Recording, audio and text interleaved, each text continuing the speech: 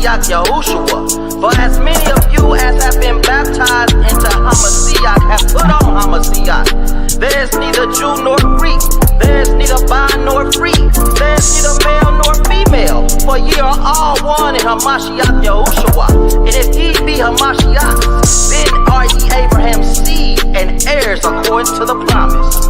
He prophesied he'd be crucified, then he died and he rose up. I'm so thankful that he chose us, a chosen seed of royalty, kings and priests that truly believe in the prophecies. I had to wade in the water, kill that old man.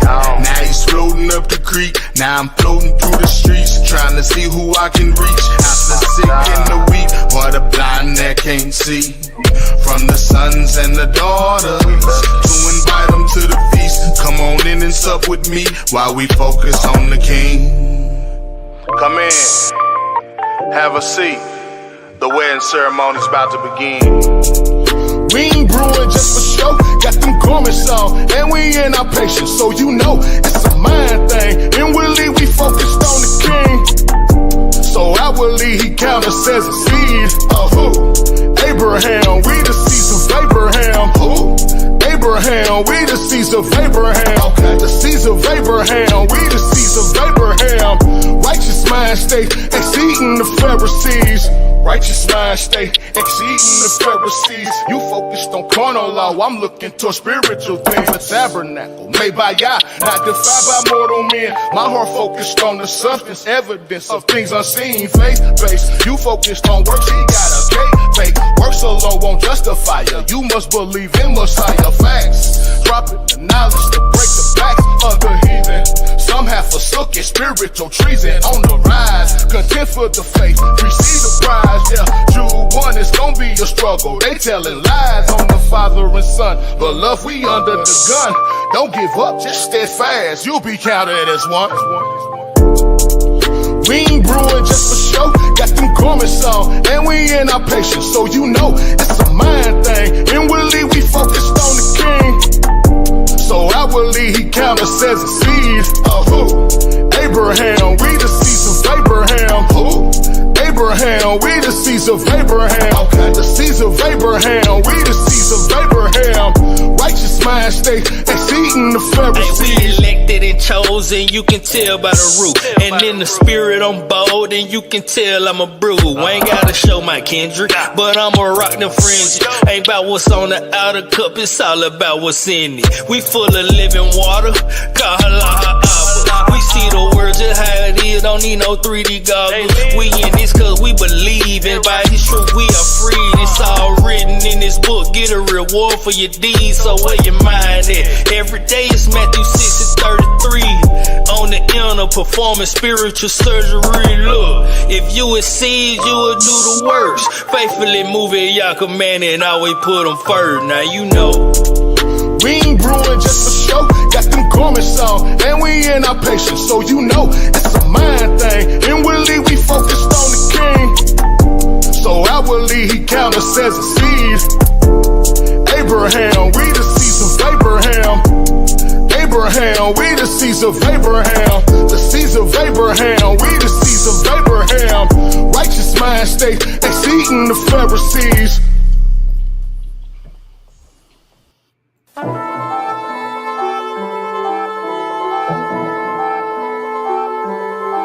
The juice. 2050 stays off at the game, bro. Still on a mission, still love to help, still listen. Still sending big cuz hot wing plates to the prison. Still don't know it all, still learning, still trying to get it. Still hunting battle pass, still trying to find a way to fix it. Still about the business, still a drop everything in an instant. Still fall short, so I'm still always asking for forgiveness. Still use ginger root to get a boot to the coming cold. Still walking angel, cause these demons still trying to steal my soul. Still praying dry, still pray before I pull off in the ride. Still meditating on the trampoline, gazing in the skies. Still thank the Most High, I'm included in the 12 tribes. Still ask the Most High to have mercy on the 12 tribes. Still keep a backpack full of books everywhere I go, just in case I have to hit you with the word while I'm at the store. Still sit still like Isaiah 30 and 7. Still remember how I used to have a black tray 5'7". Still fighting thoughts cause I still could snap and go off. Still hate that people think that reading the Bible make a man soft. Different day, new victims. Still hate the system, no justice. Still beat the fact that a lot of these judges corrupted. I'm still like a statue. No mime, no actor, no idol, no factor. This Torah gon' hack you. These demons, I slap them, then drag them, then rap them. Got powers from the master to cast them out of you or a castle. In tools, how we travel. The bruise hit the scene, devil shook like a rattle. The kingdom of these heathens is crumbling like crackers. From the 4th tribe, but it's 12, so I'm repping them. 5'9", but I'll cut the head off a Nephilim. Last Sabbath took my blood brother to the water. Celebrated drinking Morgan David out the bottle. Passed down the knowledge to my son and my daughter. I'm still chewed up and spit out, held back and kept down, lied to and lied on, stood up and let down. From all that I done suffered, ain't no way I can compare the pain. Nothing can stop me, I'm a hurricane. I'm still at it, I'm still at it, I'm still at it, I'm still at it. Putting in work to build a kingdom, I don't care about nothing else. I can't be stopped by anything, not even death. I'm still at it. I'm still at it. I'm still at it. I'm still at it. I'm still at it. I'm still at it. I'm still at it. I'm still at it.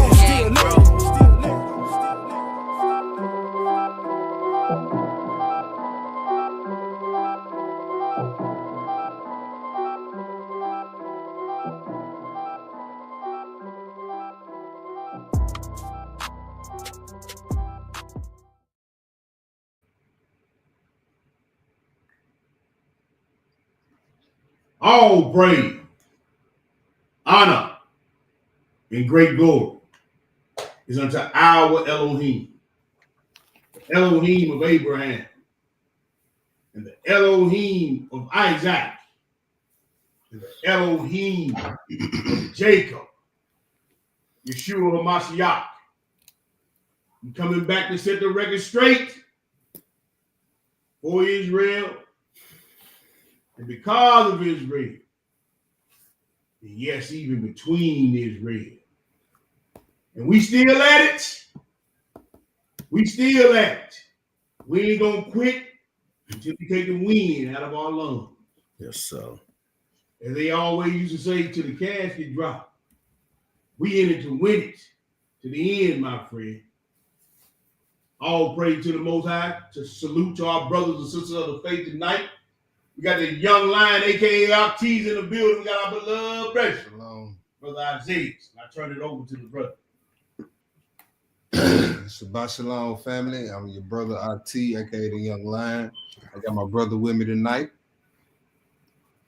Shalom, shalom, family, brother Isaiah. Yes, sir. Hallelujah, brothers. And fam, y'all gonna have to excuse me tonight. I'm waiting on new contacts, so please bear with me. Prescription contacts, you know, we don't do them color contacts over here. Y'all my new contacts, so I'm having a little trouble with my old ones right now, but I'll be all good.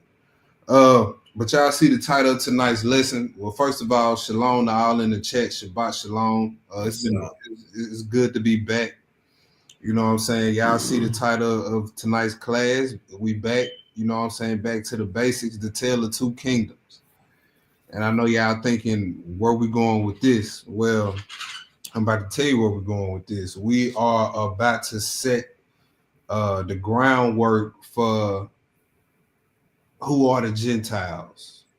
You know what I'm saying? That's what we're going to be doing tonight.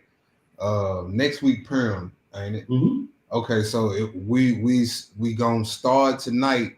Next week will be a Purim lesson, and then I believe I'm up 3 consecutive weeks. I think I gotta go back. I think I'm up. Y'all see me the next 3 Fridays. So we got tonight, Next week will be a Purim lesson, and then after Purim, we're gonna pick back up right here. All right, so tonight it's a tale of two kingdoms, and in this course, we're gonna take a deep dive in the history of Israel. What was once one nation consisting of 12 tribes. Over the course of time, we know that the nation split. You know what I'm saying? Just three questions I got down here that, you know, we pretty much gonna be answering these three questions over the course of this series, and they are it says why did the split happen? How was it important in our navigation of the New Testament? I think I had a third one. My eyes playing tricks on me. Hold on. Okay, yeah. How did it happen? Why did it happen? Speaking of the split, and how is it important in our navigation of the New Testament? So, them three things, we're going to be answering those questions throughout this class tonight. And pretty much the first two classes, I'm going to try to do it in three. I'm going to try. The first two going to be groundwork classes. All right, so this is where, you know, you really going to have to pay attention to what you read. You know what I'm saying? Without further ado, Hebrew, if you ain't got nothing, Hebrew, you know, I ain't got nothing, man. Let's get into it, bro. All right.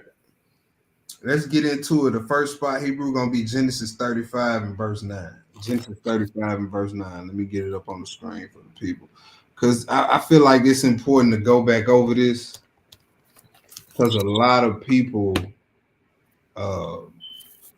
get to the New Testament and, you know, they think certain things are certain things and they ain't. You know what I'm saying? For example, when you get to a lot of Paul's letters and he starts speaking on wild olive branches and you know what I'm saying? What's some of the language he was using in the Romans 11? Brethren, oh, that's all. You know what I'm saying? He used brethren. Yeah. And wild olive branches. And then if you study the Old Testament, you would know that's one of the nicknames for Israel. Olive branch. We've been calling olive branch all throughout the Old Testament. We're gonna show it throughout the course of this series right here. So when you get to the New Testament and you see Gentiles. Mm-hmm. You know what I'm saying? A lot of people think that that's talking about another nation. You know what I'm saying? A lot of Israelites are under the mindset of, well, the Old Testament was for us.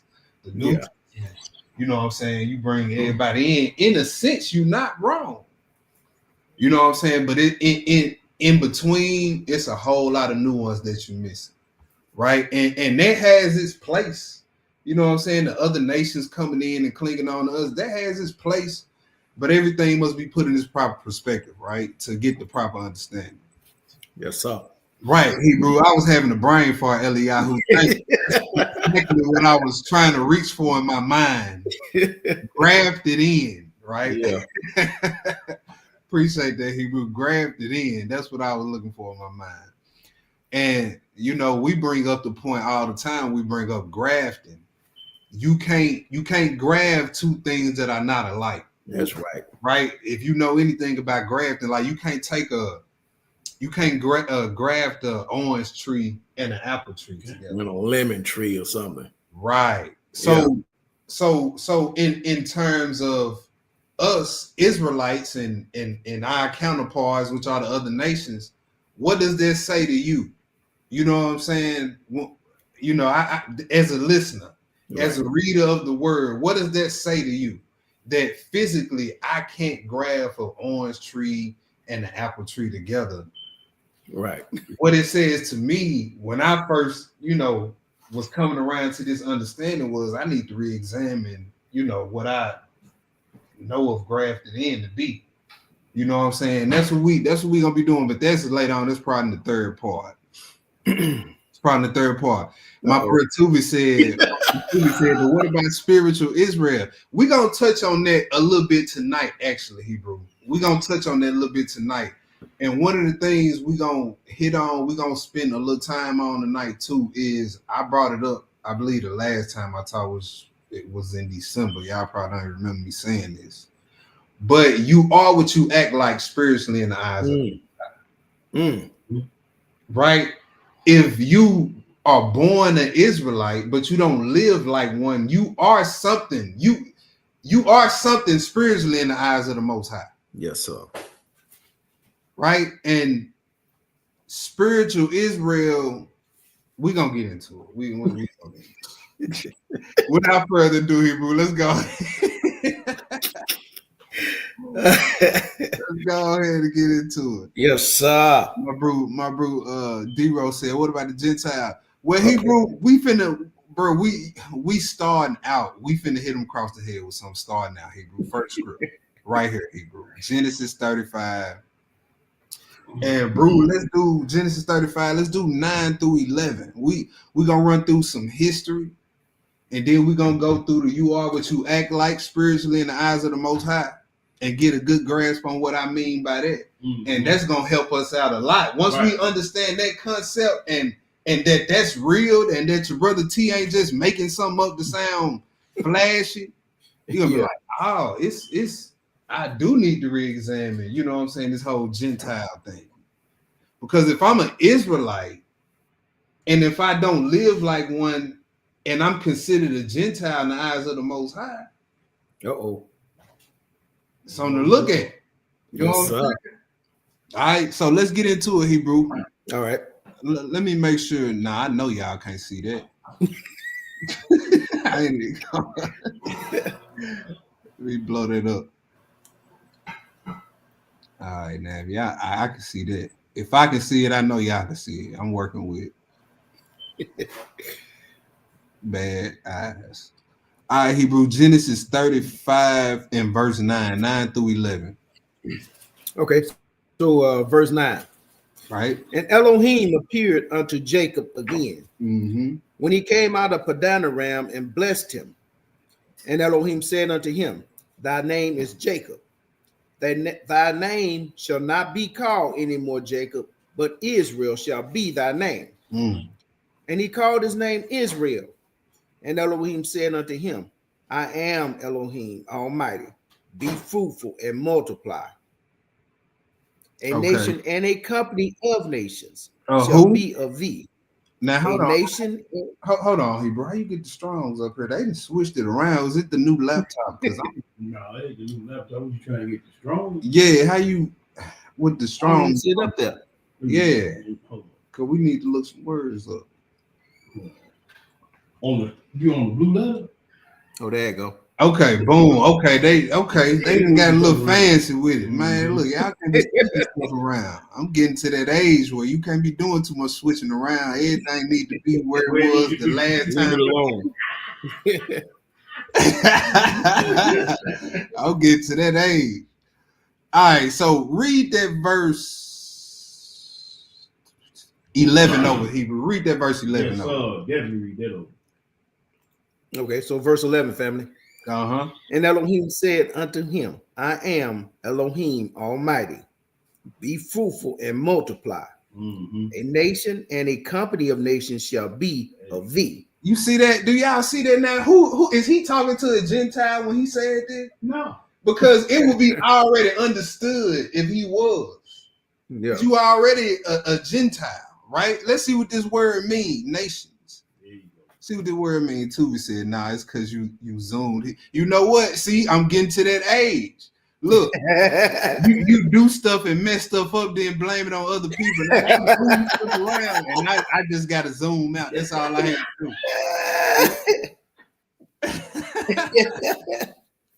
Let's look up nations, y'all. See, Tuba, you just confirmed what I just said, bro. All right. H, can y'all see that? Make sure y'all, y'all can see. All right, it's H1471, y'all. And look at that word, goy. Goy. Look at that word, nations. Ooh, hold on. Okay, look at this KJV translation count. The KJV translates Strong's H1471 in the following manner: nation 374 times, heathen, Right. 143 times, Gentiles 30 times. So you know what this tell me? Nations, heathen, and Gentiles is interchangeable. Right? So right off the bat, we trying to raise questions. We trying to get people wheels turning. Why would he tell Jacob, who he just changed his name to Israel, you will have a company of heathens, a company of nations that will come from you? Well, look, Jacob had 12 sons. But he said a company of nations or Gentiles will be coming from you. Right? That should make you question everything you've been taught about this subject matter already. Or it should have you at least like, hold on, what do you mean by that? All right. So let's go to the next part. Genesis 48. Genesis 48. And I don't know where I want to put this up right here. Maybe towards the end of the chapter.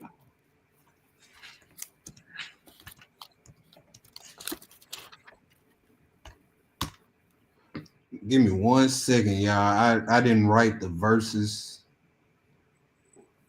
I just been jotting a whole lot lately, and I ain't been structuring nothing. You said 48? Yeah, you know what I'm talking about, don't you? 16. Worrying about where he was giving the blessing and all that. So I'm talking about Jacob blesses Joseph. Yeah, Oh, yeah, that's yeah, exactly yeah. where I want. That's about 11. Starting at 11, I think. 12. Yeah, right. Yep. Go ahead, Hebrew. Start at 11. Now this is important history too, right here. All right. Go ahead, bro. All right, so verse 11. And Israel said unto Joseph, I had not thought to see thy face, and lo, Elohim has showed me also thy seed. And Joseph brought them out from between his knees, and he bowed himself with his face to the earth. And Joseph took them both, Ephraim in his right hand toward Israel left hand, and Manasseh in his left hand toward Israel's right hand, and brought them near unto him. All right, so Jacob at the end of his life, right, despite being almost blind, you know what I'm saying, he was aware spiritually of what had to happen right here. He did that. The other sons and already, you know, they already know that they're gonna be progenitors of tribes. But this completes it right here. This puts Manasseh and this puts Manasseh as a tribe now. Yeah. You see what I'm saying? And Joseph, not Joseph, was it Jacob? Yeah, Joseph, he thinking, oh, he don't know what he doing. Yeah, I gotta help him. He don't know what he doing. So he tried to switch the thing back over. Nah, this was spiritually ordained to happen this way. All right, go ahead, Hebrew. Verse 14. Yep. And Israel stretched out his right hand and laid it upon Ephraim's head, who was younger, and his left hand upon Manasseh's head, guiding his hands wittingly, for Manasseh was the firstborn. And he blessed Joseph and said, you want me to keep going? Yep, keep reading. 15, family. And he blessed Joseph and said, Elohim, before whom my father Abraham and Isaac did walk, the Elohim which fed me all my life long unto this day, the angel which redeemed me from all evil, bless the lads, and let my name be named on them. In the name of my father Abraham and Isaac, and let them grow unto a multitude in the midst of the earth. And when Joseph saw that his father laid his right hand upon the head of Ephraim, it displeased him. And he held up his father's hand and to remove it from Ephraim's head unto Manasseh's head. You see that? And He Joseph like, man, said, he like Pop. Yeah. He going blind. He don't know what he doing. No, he know exactly what he's doing. Right. He know exactly what he doing. Keep reading, Hebrew. Verse 18. And Joseph said unto his father, Now so, my father, for this is the firstborn. Put thy right hand upon his head. And his father refused and said, I know it, my son, I know it. He also shall become a people, and he also shall be great. But truly his younger brother shall be greater than he, and his seed shall become a multitude of nations. You see that? His seed, Ephraim, shall become a multitude of nations. So he's saying it again to another seed of Jacob. Saying it again. And what this blessing does is put Ephraim and Manasseh into tribal status along with their brothers. So now you have, this is how the 12 tribes of Israel came together from these men right here. Yeah. All right. Read 20, Hebrew. Verse 20. And he blessed them that day, saying, in thee shall Israel bless, saying, Elohim make thee as Ephraim and as Manasseh. And he set Ephraim before Manasseh. And Israel said unto Joseph, behold, I die, but Elohim shall be with you and bring you again unto the land of your fathers. So in verse 20, he said Ephraim before Manasseh, and this is the reason why you see in prophets like Hosea, mainly, who talks about Ephraim. He uses Ephraim to describe the whole northern kingdom. Right? It said he gonna be before Manasseh, and he shall become a multitude of nations. That's key too, right there. There you go again. That's second witness. Second witness. All right, Hebrew, we can drop that right there.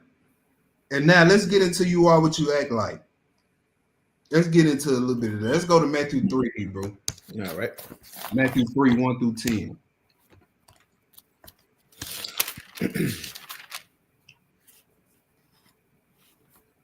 Matthew 3, 1 through 10. For a lot of us, it's a review. For a lot of us, it's something new.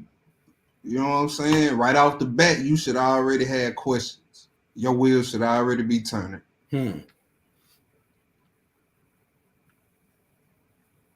Matthew 3, 1 through 10, Hebrew. Copy that. Go ahead. Verse 1. In those days came John the Baptist preaching in the wilderness of Judea, and saying, repent ye, for the kingdom of heaven is at hand. For this is he that was spoken of by the prophet Isaiah, saying, the voice of one crying in the wilderness, prepare ye the way of the Most High, make his path straight. And the same John had his raiment of camel hair, and a leathern girdle about his loins, and his meat was locusts and wild honey. Then went out to him Jerusalem and all Judea and all the region round about Jordan, and were baptized of him in Jordan, confessing their sins. But when he saw many of the Pharisees and Sadducees come to his baptism, he said unto them, O generation of vipers, who hath warned you to flee from the wrath to come? Bring forth therefore fruits meet for repentance. All right. So he said, bring forth fruits meet for repentance. Now, Pete, what he about to say in verse 9? Pete, what he about to say in verse 9, right? Read that, Hebrew. Verse 9. And think not to say within yourselves, we have Abraham to our father. For I say unto you that Elohim is able of these stones to raise up children unto Abraham. So if you don't get nothing else from that verse, you should get me being the Israelite physically has no bearing on me getting into the kingdom of heaven. If you don't get nothing else from that verse. Right.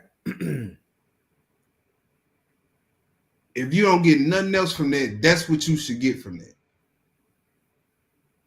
All right, we can finna go into a little bit more detail. Read verse 10, and we're going to go somewhere else, Hebrew. Read that. Verse 10. Yep. And now also the axe is laid unto the root of the trees.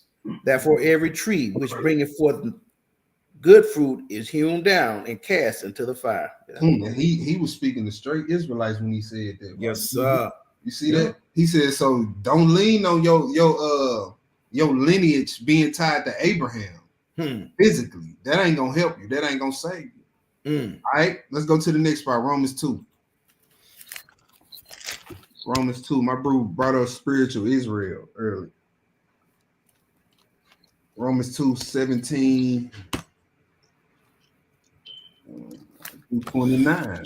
Now watch this, because a lot of people think the Romans that Paul was writing to was, natural born Gentile heathens, like white skin. I'm talking. Yeah. You know what I'm saying? But how would somebody who's of that thought process explain this? Mm-mm.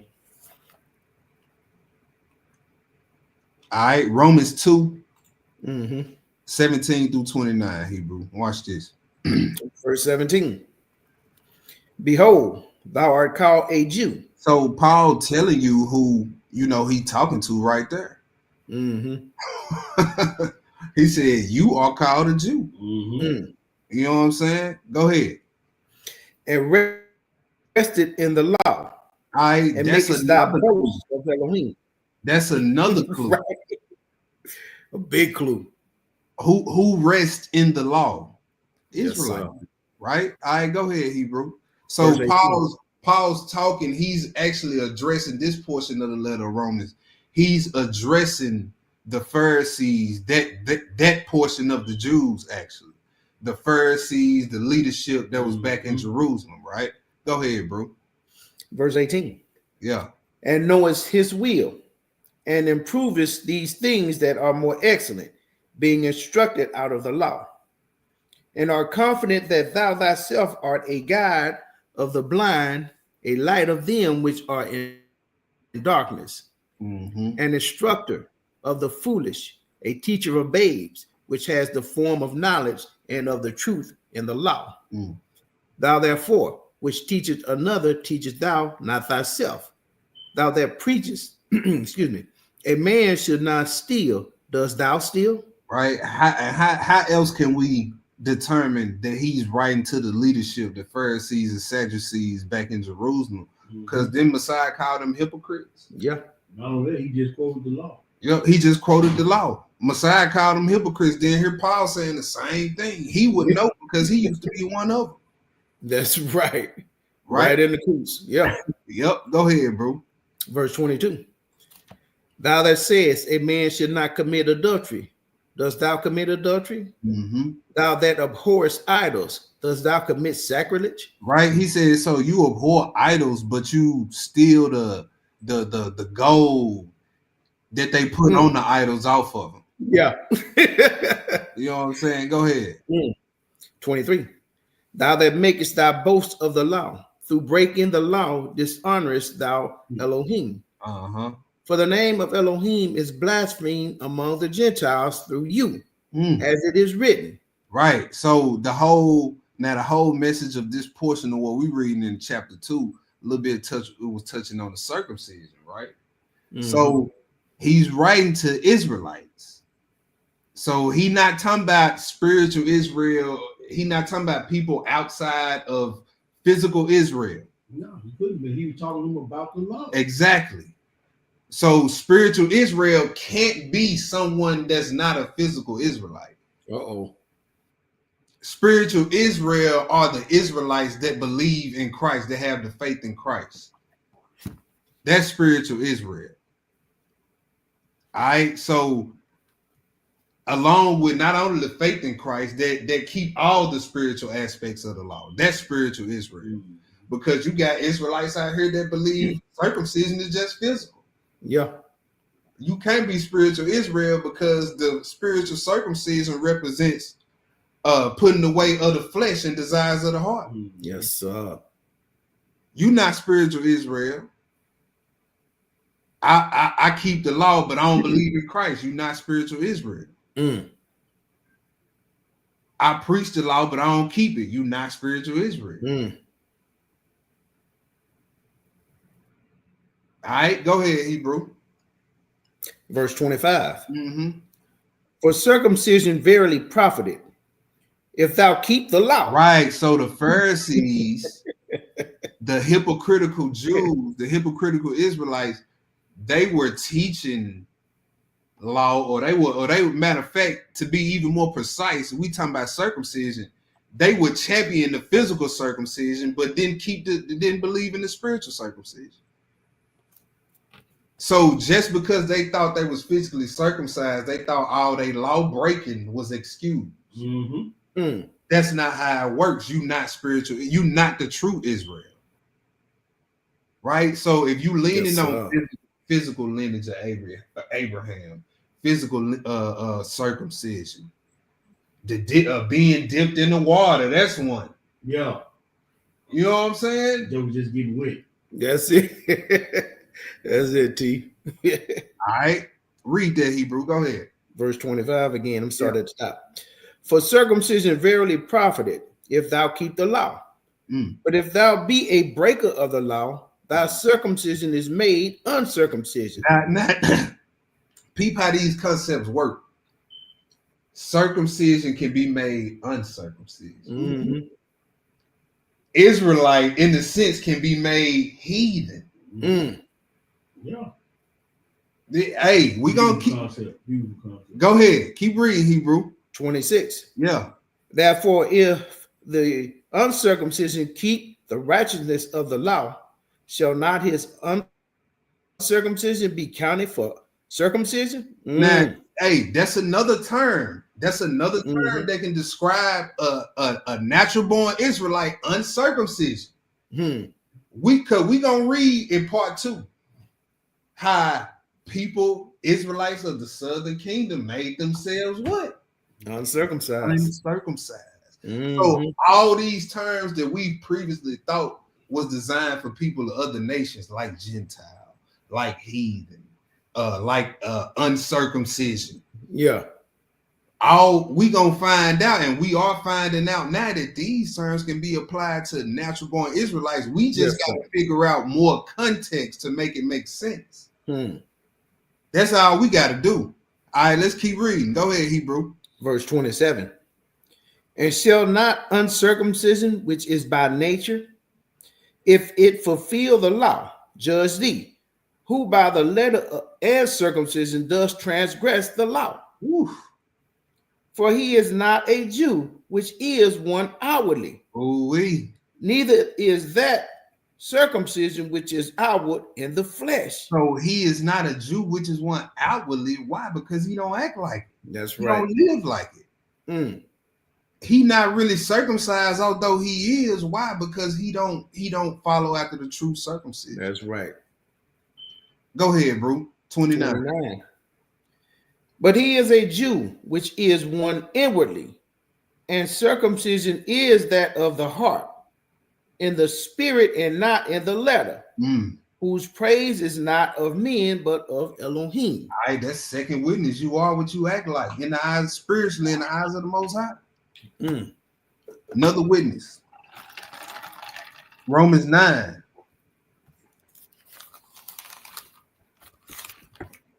And we're going to circle back to Romans 2 and Romans 9 before it's all said and done. It's only right. We're going to have to. We're going to have to. Matter of fact, we're going to have to do Romans 9, 10, 11. All that. All right.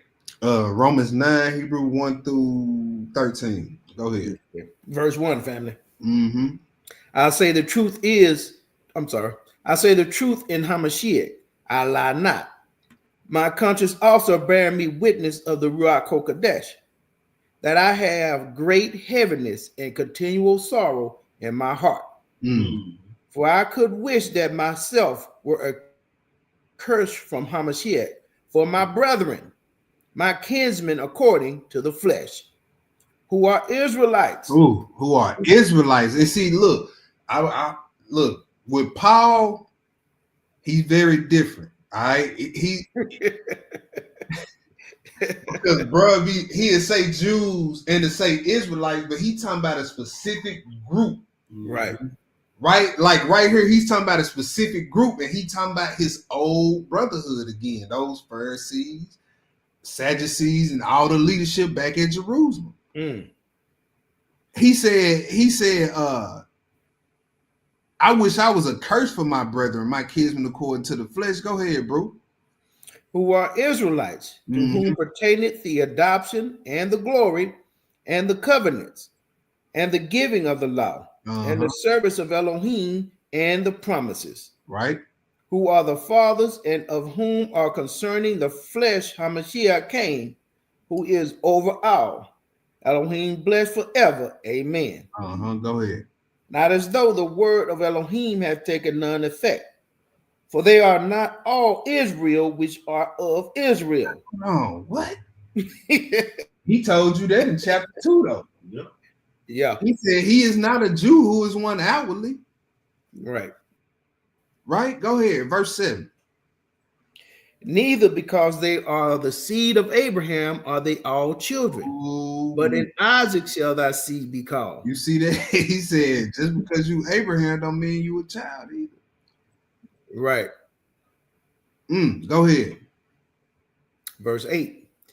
That is, they which are the children of the flesh, these are not the children of Elohim, but the children of the promise are accounted for the seed.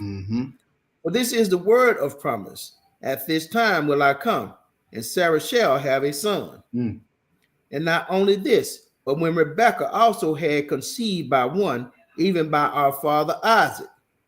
For the children being not yet born, neither having done any good or evil, that the purpose of Elohim according to election might stand, not of works, but of him that calleth. It was said unto her, the elder shall serve the younger. As it is written, Jacob have I loved, but Esau have I hated. All right, so now he is not a Jew who is one outwardly. That's one witness.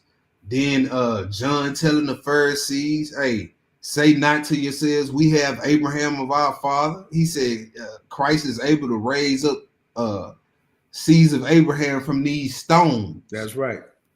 Then we read in Romans 9, all Israel is not Israel. Let's go to the next spot. Let's go to John chapter 8. John chapter 8, 31 through 44.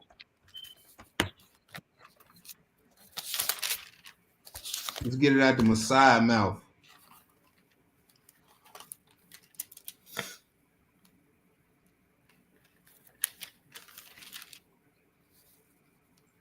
When you get it, go ahead, bro. 31 through 44. 31. Okay. Verse 31, family.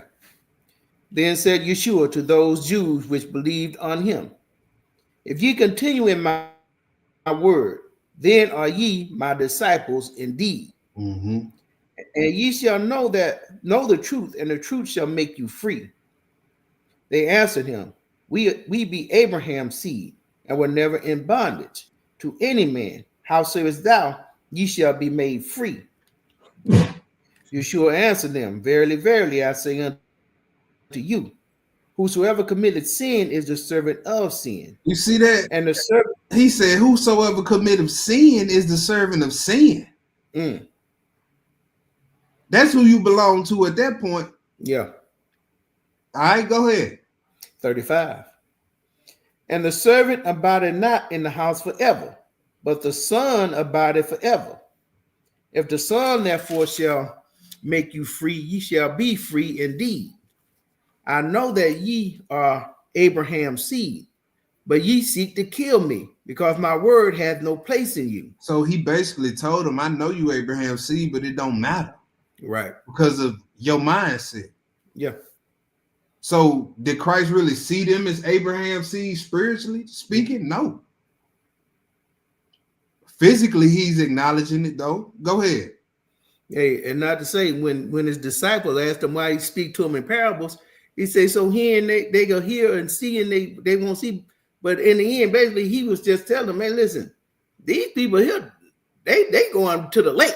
Because they ain't had no part in him. You know what I'm saying? Yeah. And like you said, they seeking to kill me, man. Yep. Verse 38. Abraham's seed. Go ahead. I speak that which I have seen with my father, and you do that which ye have seen with your father. They answered and said unto him, Abraham is our father. Yeshua said unto them, if you were Abraham's children, you wouldn't do the works of Abraham. But now ye seek to kill me, a man that had told you the truth, which I have heard of Elohim. This did not Abraham. You do the deeds of your father. Then said they to him, we be not born of fornication, we have one Father, even Elohim. Yeshua said unto them, if Elohim were your father, ye would love me, for I proceeded forth and came from Elohim. Neither came I of myself, but he sent me. Why do you not understand my speech, even because you cannot hear my words? Ye are of your father, the devil. You see that? The lust of your father. If you commit sin, you of your father, the devil. Right. It's simple. Go ahead. Hey, but that's so bold, bro. How he just lay it on him like that, you know? Mm-hmm. Hey, man, look, he won't sugarcoat nothing for no folks. That's right. I'm gonna start 44, brother. Mm-hmm. Ye are of your father, the devil, and the lust of your father ye will do.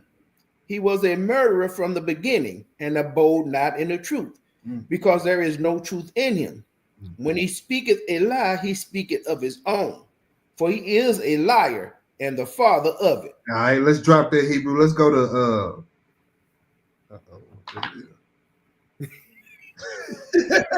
let's go to 1 John 3, 1 through 8. 1 John 3, 1 through 8. See that? You are your father, the devil. That's another witness. You are what you act like. Powerful, that king.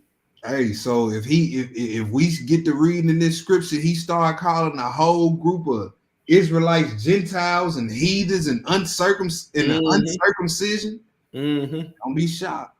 Don't be shocked. We done showed you enough at this point on this. You are what you act like for you to know that we ain't just trying to make you believe what we teaching. Right. You should be more than willing to listen at this point. All right, 1 John 3, 1 through 8.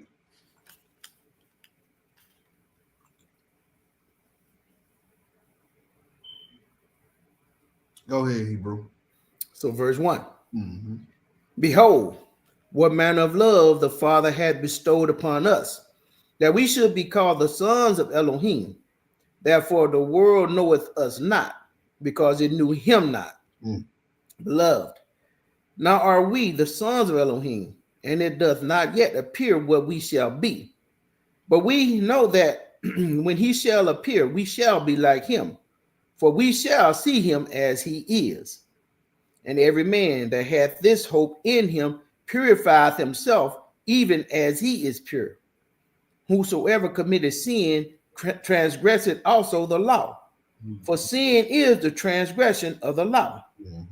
And ye know that he was manifested to take away our sins, and in him is no sin. Whosoever abideth in him sinneth not.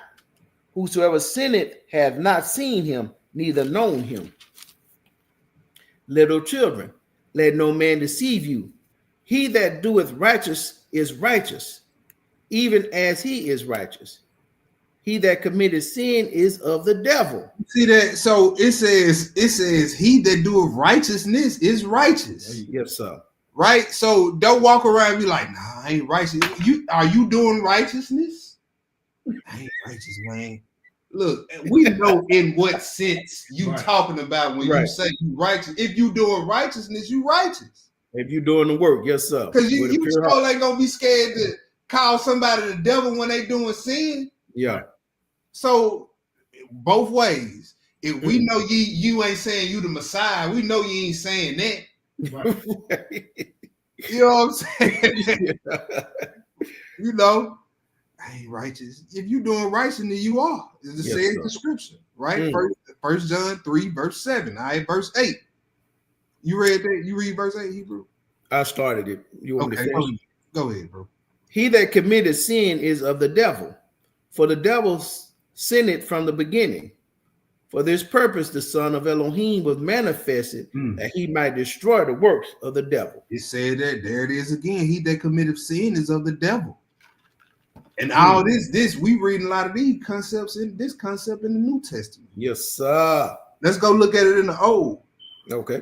Let's go to Deuteronomy 7, 1 through 3. I think that's Deuteronomy. We finna see. 7, 1 through Deuteronomy 7, 1 through 3, Hebrew. Okay. You gonna change it up there? Okay, yeah. Yeah.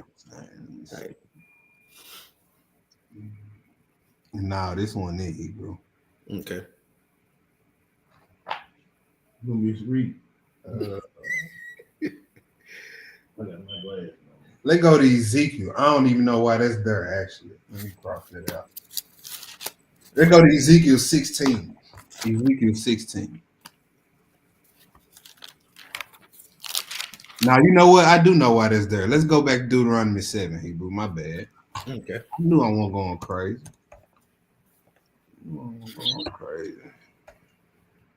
That's going to segue into that Ezekiel 16.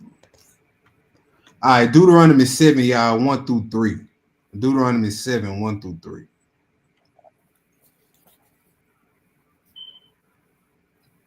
Just pay attention to the names of the nations that he gonna call out in verse 1. So just read 1 through 3, but pay key in, y'all, on verse 1. Go ahead, bro. So verse 1. Yeah. When the Most High thy power shall bring thee into the land, whether thou goest to possess it, and has cast out many nations before thee. Right. So he cast out many nations before thee. So before we came into the promised land, other Hamite nations occupied it. He about to run off some of the names. Go ahead, bro. The Hittites and the Girgashites and the Ammonites and the Canaanites and the Perizzites and the Hivites and the Jebusites, 7 nations greater and mightier than thou. Now, let's ask ourselves a question. Why were they driven out? Because of idolatry. Right? So all the laws that you see, pretty much all of them that you see written in Leviticus, was to counteract everything that the heathens was doing in the land before us. So all that not uncovering your father's nakedness, they was doing that before we got there. The idolatry, they was doing that before we got there. The sleeping with mankind, womankind, they was doing that before we got there. So before we get into the land, he got to give us a rundown on don't do what they did to get kicked out, because the land gonna spew you out too. Yeah. All right, go ahead, Hebrew. Verse 2. Yeah. And when the Most High thy power shall deliver before thee, thou shalt smite them and utterly destroy them. Thou shalt make no covenant with them, nor show mercy unto them. Neither shalt thou make marriages with them. Thy daughters thou shalt not give unto his son, nor his daughter shalt thou take unto thy son. Right. All right. Drop that, Hebrew. Let's go to Ezekiel 16 now. Go to Ezekiel 16, verse 1. Let me see. Ezekiel 16. We're going to do verses 1 through 3, and then we're going to skip down, Hebrew. Okay. Hold on. Give me 1 second. Don't start yet. Yeah, I got you.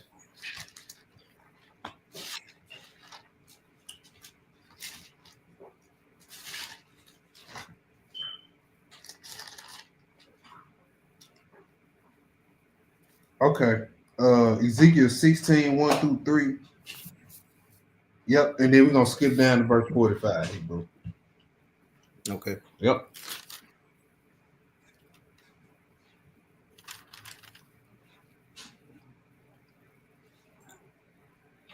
Go ahead. All right, so verse 1. Again, the word of the Most High came unto me, saying, Son of man, cause Jerusalem to know her abominations, and say, Thus saith the Most High power unto Jerusalem, thy birth and thy nativity is of the land of Canaan. Thy father was an Amorite, and thy mother was a Hittite. And as let's stop right there, Hebrew. Okay. Now, why would he say that to Israelites? Because you are what you act like spiritually in the eyes of the Most High. Now, he said the birth and thy nativity is of the land of Canaan. And he said, your father was an Amorite and your mother was a Hittite. Now, we know physically speaking, that's not true because we didn't come from Ham. Right. So your only other way to go with this in your mind is he has to be speaking spiritually. Now, why would he say that spiritually? Because he drove all those nations out. We just read that. And you came in the land and did the exact same thing that they were. Acting just like him. So you know what? He said, you know what? You might as well be an Amorite. You might as well have came from them. All right, let's drop down to verse 45, Hebrew. It's about to confirm everything that just came out of my mouth. Verse 45. Go ahead. Verse 45. Thou art thy mother's daughter, that loatheth her husband and her children, and thou art the sister of thy sisters, which loaded their husbands and their children. Your mother was an Hittite, and your father an Amorite. So now he telling you what he mean when he say that. He talking about because of the wickedness that you commit. You are what you act like. Go to the next. Let's go to the next spot. Let me get my. Let's go to Ezekiel 37, Hebrew 15 through 28. Ezekiel 37. Okay, that was the end of that you are what you act like segment. Now let's read this on the parable of the two sticks.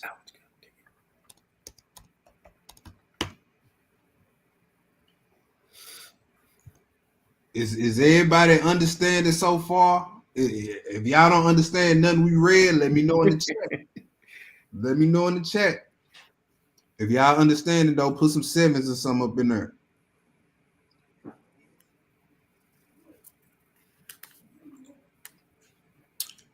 So what I say? Ezekiel 37, 15. Put some sevens in the chat if y'all following along pretty well so far tonight. All right, we in Ezekiel 37, 15 through 28, Hebrew. Let's get it. Okay, verse 15. Yep. The word of the Most High came again unto me, saying, Moreover, thou son of man, take thee one stick and write upon it for Judah and for the children of Israel, his companions. Then take another stick and write upon it for Joseph, the stick of Ephraim, and for all the house of Israel, his companions, and join them one to another into one stick. Now hold on, Hebrew. Ain't this grafting? Yes, sir. See, we just slow down. Now we go, if we would have came to Ezekiel 37 and 15, Hebrew, and just read it like this right here. Just if we just read it like this right here, then we wouldn't get no understand. We read it like this right here. The word of the Lord came again unto me, saying, Moreover, the son of Israel, take thee one stick right upon it for Judah, and for the children of Israel, he could pay, and take another stick right upon it. See, if you read it like that, right, you gonna miss a whole lot. It's a lot that you can pull from the scriptures that ain't there. If you just pay attention to what you read. Like, hold on, this grafting right here. So how when we get to Romans 11, we think he talking about, you know what I'm saying, bringing in the whole entire world, and and this prophecy ain't even been completed yet. Yes, sir. This prophecy ain't even been completed yet. And if you real familiar with your Old Testament, you understand that there's a place, a time and a place where the other nations will cleave to Israel. By and large. Yeah. By and large. All right. And you will understand that there's an order to this thing. All right. Go ahead, bro. Verse 17. And join them one to another into one stick, and they shall become one in thy hand. And when the children of thy people shall speak unto thee, saying, Wilt thou not show us what thou meanest by these? Stop right there. Stop right there. What can we pull from that verse? That the process of this is gonna be mysterious. The people won't notice what's going on. Come on, brother. Right. So when you why you think when you read your New Testament, you didn't know what was going on until you figured this out. Yes, sir. This will be a wonder to the people. This process of these sticks coming together will be a wonder to the people. What you mean by this? That mean it ain't gonna be something that just jump out right at you as soon as you open the book and start reading. Israel looking for a sign. Yeah. Most High Christ told you when he was on this earth, hey, I deal with my people in parables.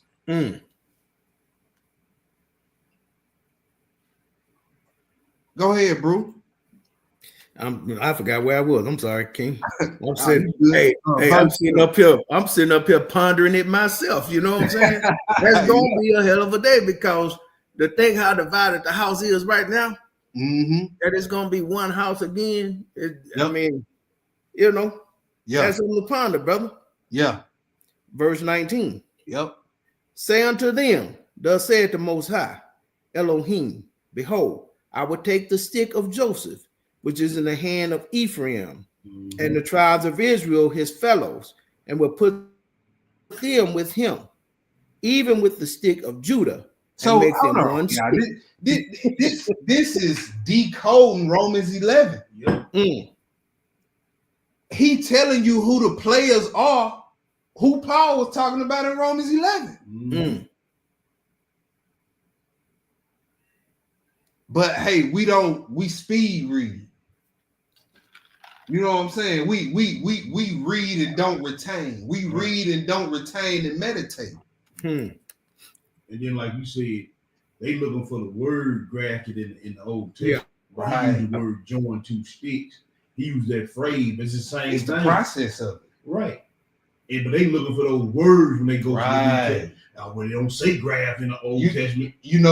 And see, that's why it's important to read. It's even more important to meditate on what you read. Yes, sir. And the whole point of one of the points of meditation is to digest what you read and to piece together the things in your mind that you read. And you can do that because the Bible is a book that is put together like that for you to piece it together.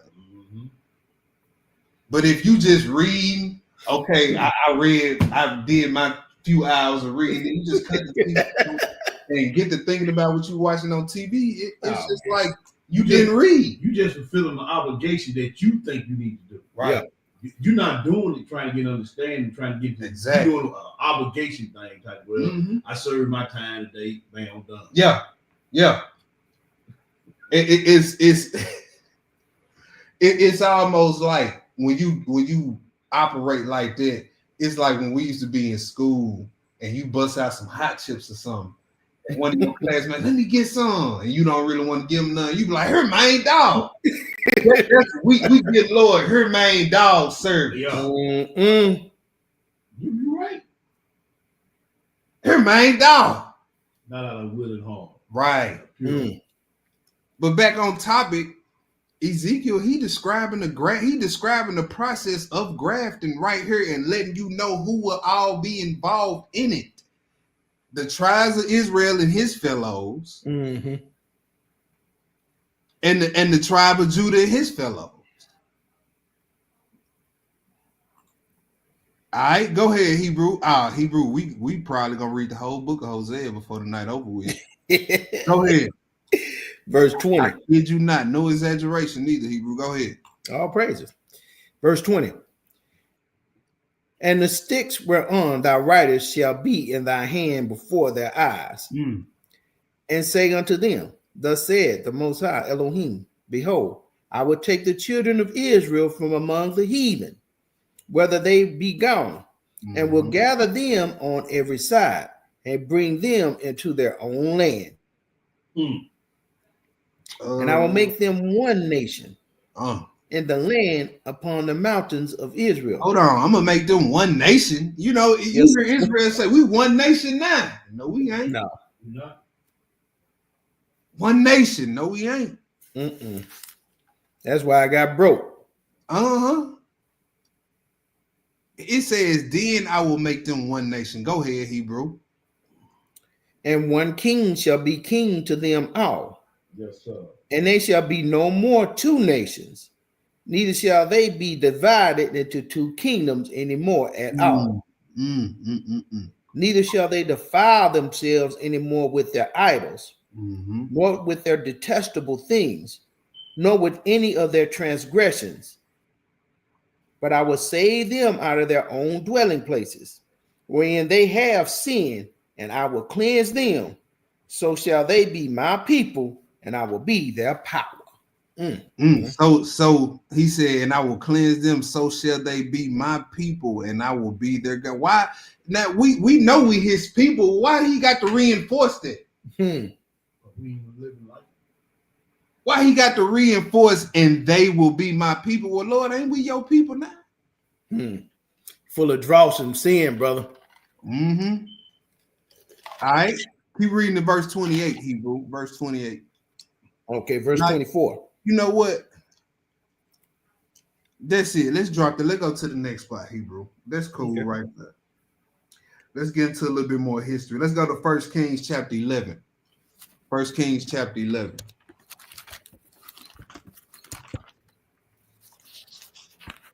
We're going to pick it up at verse 1. We're going to do 1 through 13, then we're going to skip.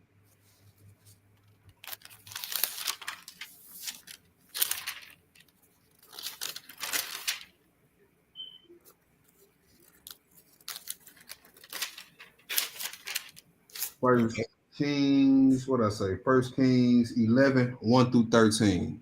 Oh, you said 11? Yeah, 1 Kings 11, 1 through 13. Okay. I should have knew that. I should have knew this was in here somewhere. All right, go ahead, bro. Verse 1. But King Solomon loved many strange women, together with the daughter of Pharaoh, women of the Moabites, the Ammonites, the Edomites, the Zidonians, and the Hittites. All right, so don't ever think idolatry is a small thing in the eyes of the Most High, and don't ever think it don't have an effect on your descendants, because it does. This idolatry was the reason the kingdom split. Yes, sir. Essentially. Yeah. You know what I'm saying? Go ahead. Verse 2. Of the nations concerning which the Most High said unto the children of Israel, you shall not go in to them, neither shall they come in unto you. For surely they will turn away your heart after their gods. See, Solomon clave unto these in love. This why we tell it, stick with your own. Yes, sir. Stick with your own. This the main reason why the Most High tell us that, though. He said, because you gonna start going after their gods. I know. He said, the Most High know his people better than his people know. Yes, sir. You sure right, brother. Go ahead, bro. Verse 3. I'm sorry. And he had 700 wives, princesses, and 300 concubines. And his wives turned away his heart. For it came to pass when Solomon was old, that his wives turned away his heart after the other gods. And his heart was not perfect with the Most High, his power, and as was the heart of David, his father. For Solomon went after Ashtoreth, the goddess of the Zidonians, and after Milcom, the abomination of the Ammonites. And Solomon did evil in the sight of the Most High, and went not fully after the Most High, as did David his father. Then did Solomon build a high place for Chemosh, the abomination of Moab, in the hill that is before Jerusalem, and for Molech, the abomination of the children of Ammon. Y'all realize that these high places are places of worship. Yeah, like churches, big churches. Right. For people. So he was opening up churches for other gods. Think about that in today's terms. Just think about an Israelite in today's terms opening and franchising satanic churches. With deep frying their children. Right. I'm talking about the most notable Israelite you know. Imagine him doing this where you live at. Powerful there, brother. This what Solomon was doing. He was opening up satanic churches in different countries. All right, go ahead. Verse 8. And likewise did he for all his strange wives, which burnt incense and sacrificed unto their gods. And the Most High was angry with Solomon because his heart was turned from the Most High Elohim of Israel, which had appeared unto him twice, and had commanded him concerning this thing, that he should not go after other gods. But he kept not that which the Most High commanded. Wherefore the Most High said unto Solomon, for as much as this is done of thee, and thou hast not kept my covenant and my statutes which I have commanded thee, I will surely rend the kingdom from thee, and will give it to thy servant. All right, stop right there, Hebrew. Let's skip down to verse 26. So he said, hey, because of this, I'm gonna rend the kingdom from you. Verse 26. Go ahead, bro. And Jeroboam, the son of Nebat, the Ephraimite of Zereda, Solomon's servant, whose mother name was Zeruiah, a widow woman, even he lifted up his hand against the king. And this was the cause that he lifted up his hand against the king. Solomon built Milo, and repaired the breaches of the city of David, his father. And the man Jeroboam was a mighty man of valor. And Solomon, seeing the young man that he was industrious, he made him ruler over all the charge of the house of Joseph. And it came to pass at the time when Jeroboam went out of Jerusalem that the prophet Ahijah the Shilonite found him in the way. And he had clad himself with a new garment, and they two were alone in the field. And Ahijah caught the new garment that was on him and rent it in 12 pieces. And he said to Jeroboam, take thee 10 pieces, for thus saith the Most High, the power of Israel, behold, I will rend the kingdom out of the hand of Solomon and give 10 tribes to thee. All right, so we've been getting into the why. Now we're getting into more so of the how that the kingdom split. Remember those 3 questions. All right, keep reading, Hebrew. 32. Read down to verse Read down to verse 43. Okay. But he shall have one tribe for my servant David's sake, and for Jerusalem's sake, the city which I have chosen out of all the tribes of Israel, because that they have forsaken me and have worshipped Ashtaroth, the goddess of the Zidonians, Chemosh, the god of the Moabites, and Milcom, the god of the children of Ammon, and have not walked in my ways to do that which is right, in my eyes. Y'all excuse me for 1 second. I'm sorry about that, brother. Tuve, I was gonna say something about that. I promise you I was. I might be clicking the same way. I was gonna comment on that. The Ephraimite, that's wild too. And I just realized I ain't even peeped it as I was putting this together. It rang in my head when he just read it, Hebrew. That is wild. Him out of all tribes, he would choose him. All right, brother. All right, good. We're at verse 30. Oh, 34. Howbeit, I will not take the whole kingdom out of his hand, but I will make him prince all the days of his life, for David my servant's sake, whom I chose because he kept my commandments and my statutes. But I will take the kingdom out of his son's hand, and will give it unto thee, even 10 tribes. And unto his son will I give 1 tribe, and David my servant may have a light always before me in Jerusalem, the city which I have chosen me to put my name there. And I will take thee, and thou shalt reign according to all that thy soul desireth, and thou shalt be king over Israel. Check this out, though.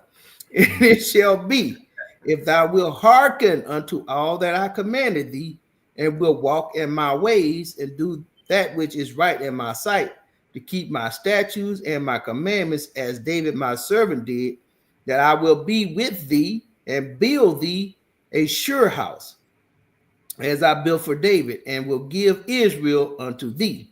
Mm. And I will for this afflict the seed of David, but not forever. Solomon besought therefore to kill Jeroboam.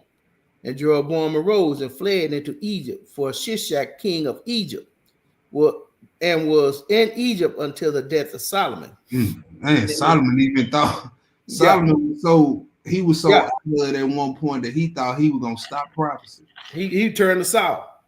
Can't do it, bro. Man, Delusion. man. Hey, don't ever think you can't reach that point.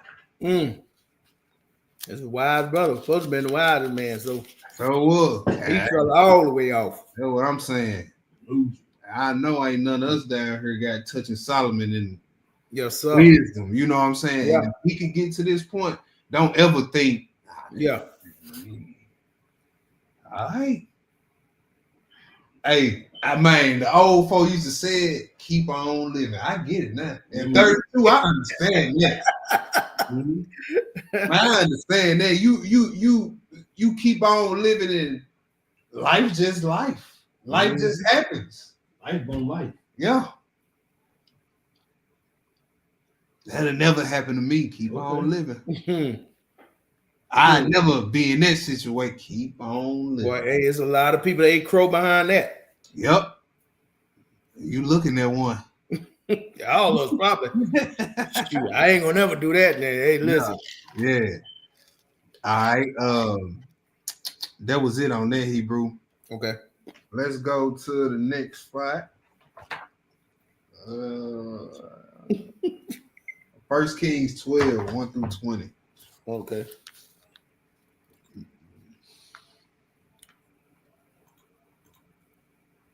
First Kings 12, 1 through 20. When you get it, go ahead, bro. Okay, so verse 1. And Rehoboam went to Shechem, for all Israel will come to Shechem to make him king. And it came to pass when Jeroboam the son of Nebat, who was yet in Egypt, heard of it, for he was fled from the presence of King Solomon, and Jeroboam dwelt in Egypt, that they sent and called him. And Jeroboam and all the congregation of Israel came and spake unto Rehoboam, saying, Thy father made our yoke grievous. Now therefore make thou the grievous service of thy father, and his heavy yoke which he put upon us lighter, and we will serve thee.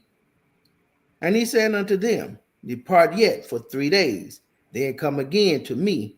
And the people departed. And King Rehoboam consulted with the old men that stood before Solomon his father while he yet lived, and said, How do ye advise that I may answer this people?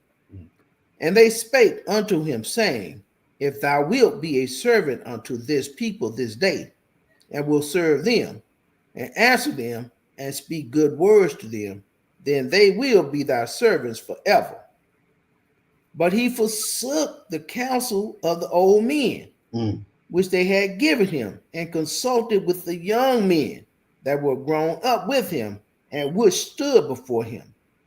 And he said unto them, What counsel give ye, that we may answer this people, who have spoken to me, saying, Make the yoke which thy father did put upon us lighter. And the young men, I'm going to read that again, and the young men that were grown up with him spake unto him, saying, Thus shalt thou speak unto this people that spake unto thee, saying, Thy father made our yoke heavy, but make thou it lighter unto us.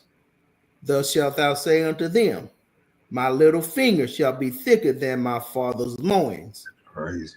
That's a wild thing to say. That is very disrespectful. Very disrespectful. And the reason why I'm going here, because I was going to pivot off this and we was going to go into the multiple years of civil war that stem from this situation right here. Like this right here, this stem civil war between Israel for years, years and years, all the way down to the Messiah. We had beef with each other over something. Yeah. But it all started with this right here. Yes, sir. it started with Solomon, the split, and then with this situation right here, man. Each nation, each kingdom had their own set of kings. We was at each other necks for centuries. Not to mention this Jeroboam, he went ham. Yeah. God dog, man. This right here, when you read this after this first Kings, then you start reading how Israel's always at each other's neck. They always at war. It would get other kings, they were finna go to war about this. Yeah. This kicked it all off right here. This put that what Paul's saying Ephesians, that wall of anger between us. He used another word I can't think of right now. Partition. Yeah. Put up partition, yeah. This where it started right here. This where it started. And Ezekiel 37 told you who all the players was in the grafting process. So now we before we even get to Romans 11, we know we dealing with Israel. All right. Yes, sir. Where we stop at, Hebrew? Verse 11. All right. Keep reading. And now, whereas my father did lay you with a heavy yoke, I will add to your yoke.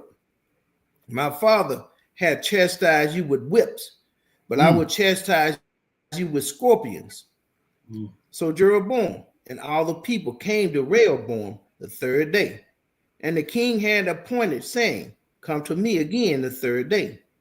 And the king answered the people roughly, and forsook the old men counsel that they had gave him, and spake to them after the counsel of the young men, saying, my father made your yoke heavy, and I will add to your yoke. My father also chastised you with whips, but I will chastise you with scorpions. Wherefore the king hearkened not unto the people, for the cause was from the Most High, that he might perform his saying which the Most High spake by Ahijah the Shilonite unto Jeroboam the son of Nebat. So when all Israel saw that the king hearkened not unto them, the people answered the king, saying, what portion have we in David? Neither have we inheritance in the son of Jesse. To your tents, O Israel. Now see to thy own house. David, so Israel departed to their tents, unto their tents. But as for the children of Israel, which dwelt in the cities of Judah, Rehoboam reigned over them. Then King Rehoboam sent Adoram, who was over the tribute, and all Israel stoned him with stones that he died.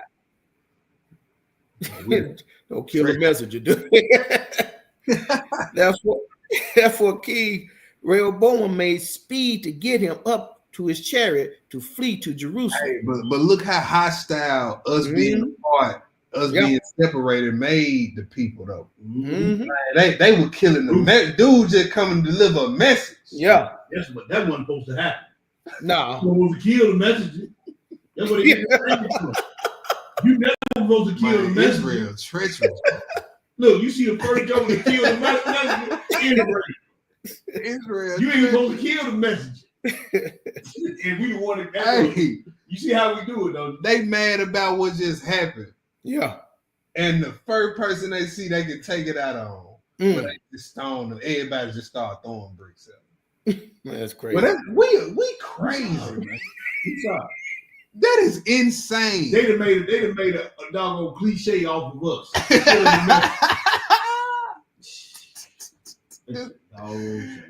Poor Doran. He like, hey. Yeah. Hey, who will be that next messenger up? Right. They ain't taking them with no kind of message. Yeah. Yeah. Hey, but they killed the messengers. Look out. They showed did. You know what? That saying probably did stem from us. Yeah. We killed. Don't kill the messenger. Some people over there crazy, man. They killing emissaries and messengers. Don't deliver no message down to them folks. Man, that's crazy. Go ahead. Well, that was verse 20, bro. That was we had 19. Read 20, then we move on. Okay, so Israel rebelled against the house of David unto this day. Right. So instead of me going to all the places showing you where we was at each other's throat, I dropped it right here. I want to leave it at that verse right there. It says, so Israel rebelled against the house of David unto this day. All right. Let's go to another spot. Let's go to 1 Kings 14. 1 Kings 14. 1 Kings 14. What verse I want? Let's pick it up at verse 20.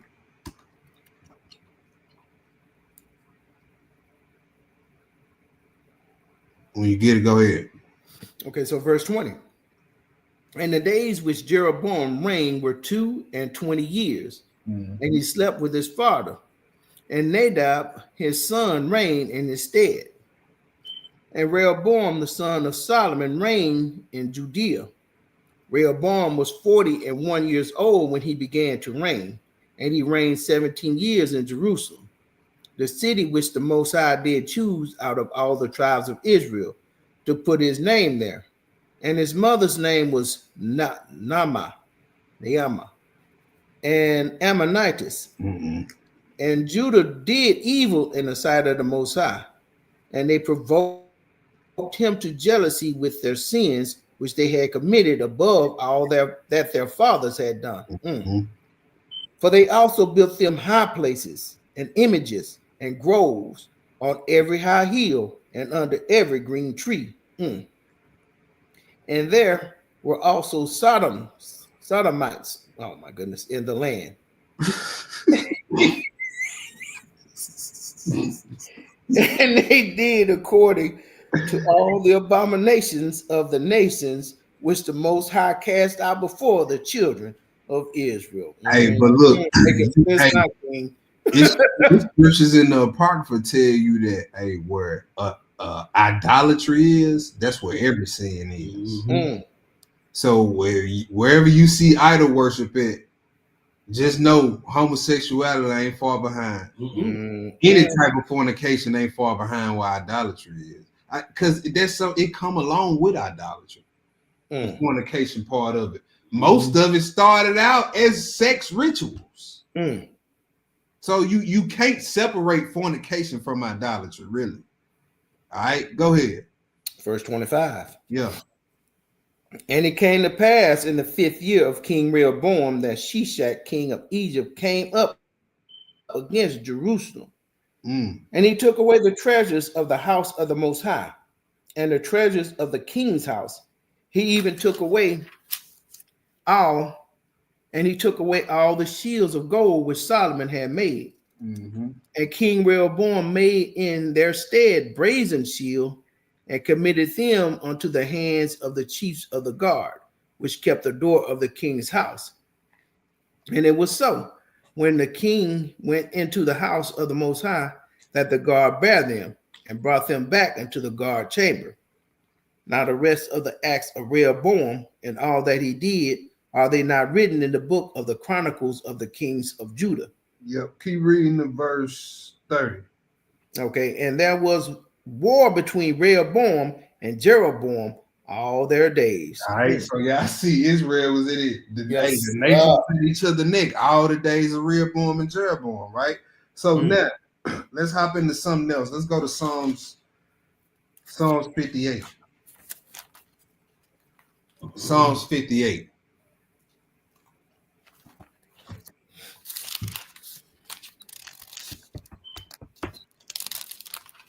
Psalms 58. Now, there's another term that can be used when you start to act a certain way in the eyes of the Most High. All right. Psalms 58 and verse 3. Hold on. Psalms 58 and verse 3. Read that, Hebrew. Okay, verse 3. Read the first 4 words and stop. Okay. The wicked are estranged from. The wicked are estranged. It's a lot of them 4 words right there for what we talking about. That go along with what we've been talking about all night. You are what you act like. Yep. The wicked are estranged. Let's get estranged. because we're gonna run into this word again pretty soon. And it's H21:14 Hebrew. Mm-hmm. Outline of biblical usage says what? To be strange, be a stranger, to become estranged. Right? Strange, another, stranger, foreigner, enemy. Wow. Look at that next one. So the wicked are foreigners, the wicked are strangers, the wicked are enemies. Right? Let's go. Let's keep reading. Look at this one right here. To be a stranger, to be alienated. Remember that word. Mm-hmm. We're gonna run into that word again when we get to that probably that third part. Alienated. You got loadsome up there. Loadsome, yeah. So loathsome, stranger, to be estranged, to become a foreigner, to be alienated. So the wicked, man, the wicked in general are estranged from the womb. All right, go ahead. From the womb, they go astray as soon as they be born, speaking lies. Ezekiel 14. Let's go to Ezekiel 14, 1 through 11. Now let's get even more specific with the context, and he finna be talking about Israel here, and he about to use this same word.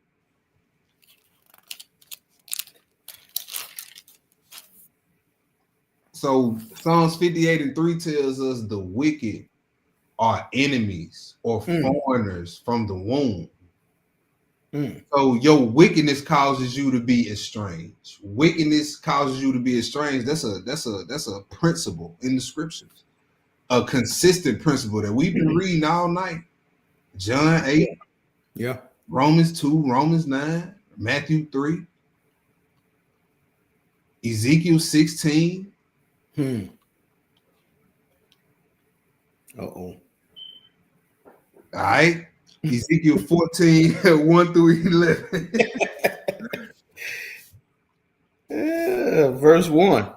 Then came certain of the elders of Israel unto me and sat before me. And the word of the Most High came unto me, saying, Son of man, these men have set up their idols in their heart, and put the stumbling block of their iniquity before their face. Should I be inquired of at all by them?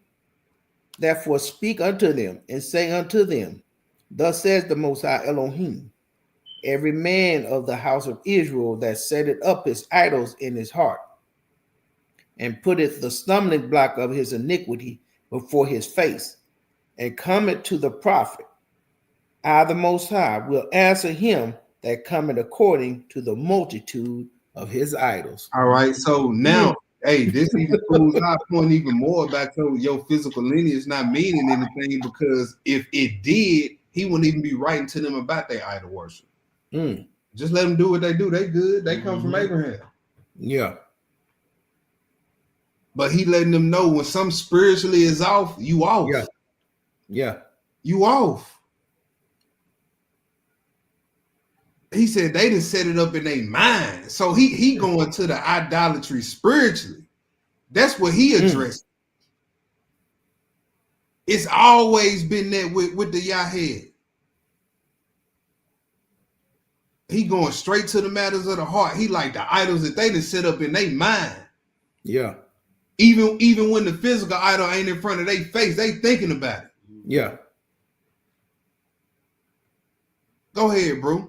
Yeah, they close their eyes and pray. That's who they praying to. Yeah, they close their eyes. That's what they see. Yeah. Go ahead, bro. Verse 5. Verse 5. That I may take the house of Israel in their own heart, because they are, excuse me, all estranged from me through their idols. You see that? They go that word again. Same Strong's number and everything. Look. Yep. He talking about Israel now. Yeah.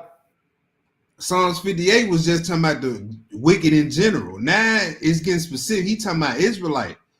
He said they have become strangers or foreigners, or they have become alienated. Yep. Alienated from what though? The covenant. Gotta be. through idolatry. You reaching, Auntie. Am I? I mean, how could you say that? You reaching, Ak. Oh, we reading that. All right, thank you. Read the verse 11, Hebrew. Verse 6. Yeah. Therefore, say unto the house of Israel, thus said the Most High Elohim, repent and turn yourselves from your idols and turn away your faces from all your abominations.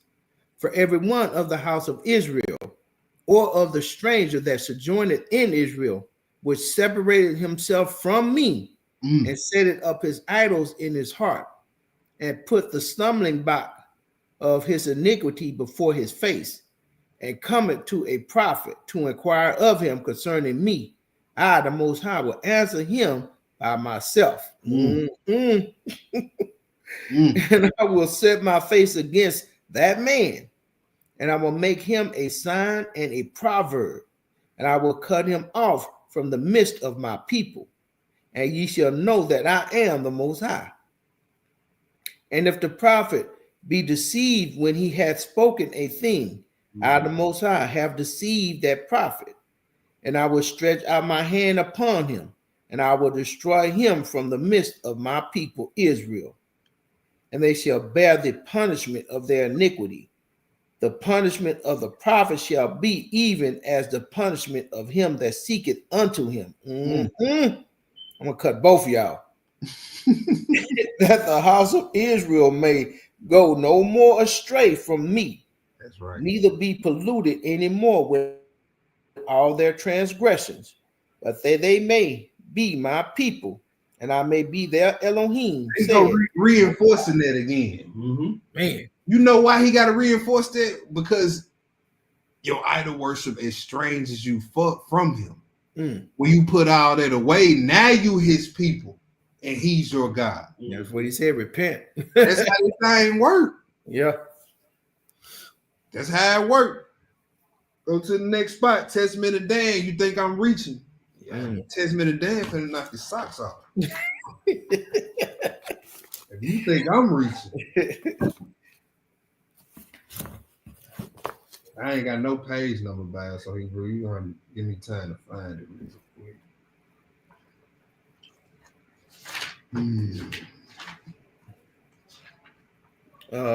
808. Okay, cool. Yep, 808. Page 808. Now I don't know how to. What? I don't know how to pull that up on here. Pull it, minimum, hit the yellow. Okay. Hit the yellow. What the hell is it? I just see red and green. Go back a little bit in the corner. Yeah, just read along. We just doing 3 verses. It's just 3. We in the pseudo 1 family, by the way, volume 1. Page 808, 808. Y'all have to excuse me. Yeah, IT don't know how to do all this stuff. I don't spend a lot of time in front of computers no more, like I used to do when I was young. So I don't be knowing, bro. You said 808? Yeah, page 808. We in Testament of Dan, chapter 7. Oh, so you ain't on page 810, my bad, y'all. It started, the book of Dan started, but we on page 810, my bad. 810. Chapter 7 is just 3 verses in that chapter. Yeah. Look at what he said at the end of the verse, though, Hebrew. Read that. So we had chapter 7, verse 1. When he had said this, he kissed them and slept an eternal sleep. And his sons buried him, and later they carried his bones to be near Abraham, Isaac, and Jacob. Dan prophesied to them, however, that they would go astray from Elohim's law, that they would be estranged from their inheritance, from the race of Israel. Whoa. We still reaching? That's a headshot there, boy. Hey, that now, you want to see specific words? Yeah. There you go right there. If you thought we were beating around the bush this whole time, just being real vague and now, boom, right there. Yes, sir. And specifically, this is a tribe from the Northern Kingdom. Yes, sir. So this tracks with everything we've been reading. It said that they will be made foreigners to their inheritance and to the race of it. Come on, man. Yes, sir. Natural born Israelites being made foreigners to their race. You mean they ain't just making that up? You mean that ain't just one of them crazy Israelite teachers? No, it's not. If you willing to put aside what you have been taught, right, and to hear another perspective, you may learn something. Hey, you just read earlier. Hey, you should say you should know the truth. You know what I'm saying? The truth gonna make you free. Now, hey, it's up to you to accept it, though. That's right. Now I don't know how you get around that. That's just too plain as day to get around. Yes, sir. It's strange from your inheritance and from the race of Israel. Just like that, huh? Let's go to Ephesians 4, 17 through 18. Ephesians 4.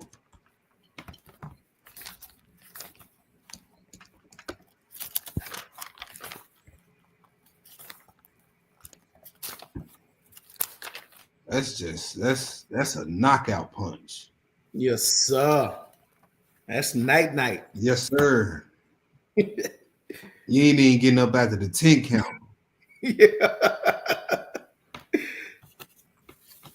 Watch this. Ephesians 4, 17 through 18. Okay.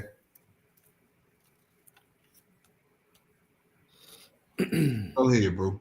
Verse 17. This I say, therefore, and testify in the Most High, that ye henceforth walk not after other Gentiles walk, in the vanity of their mind. Hey, he essentially giving you a definition of a Gentile. Yeah. A Gentile is not just somebody who was not born an Israelite. Right. If we was to look up that word Gentile right now, it would give you the idea of this right here.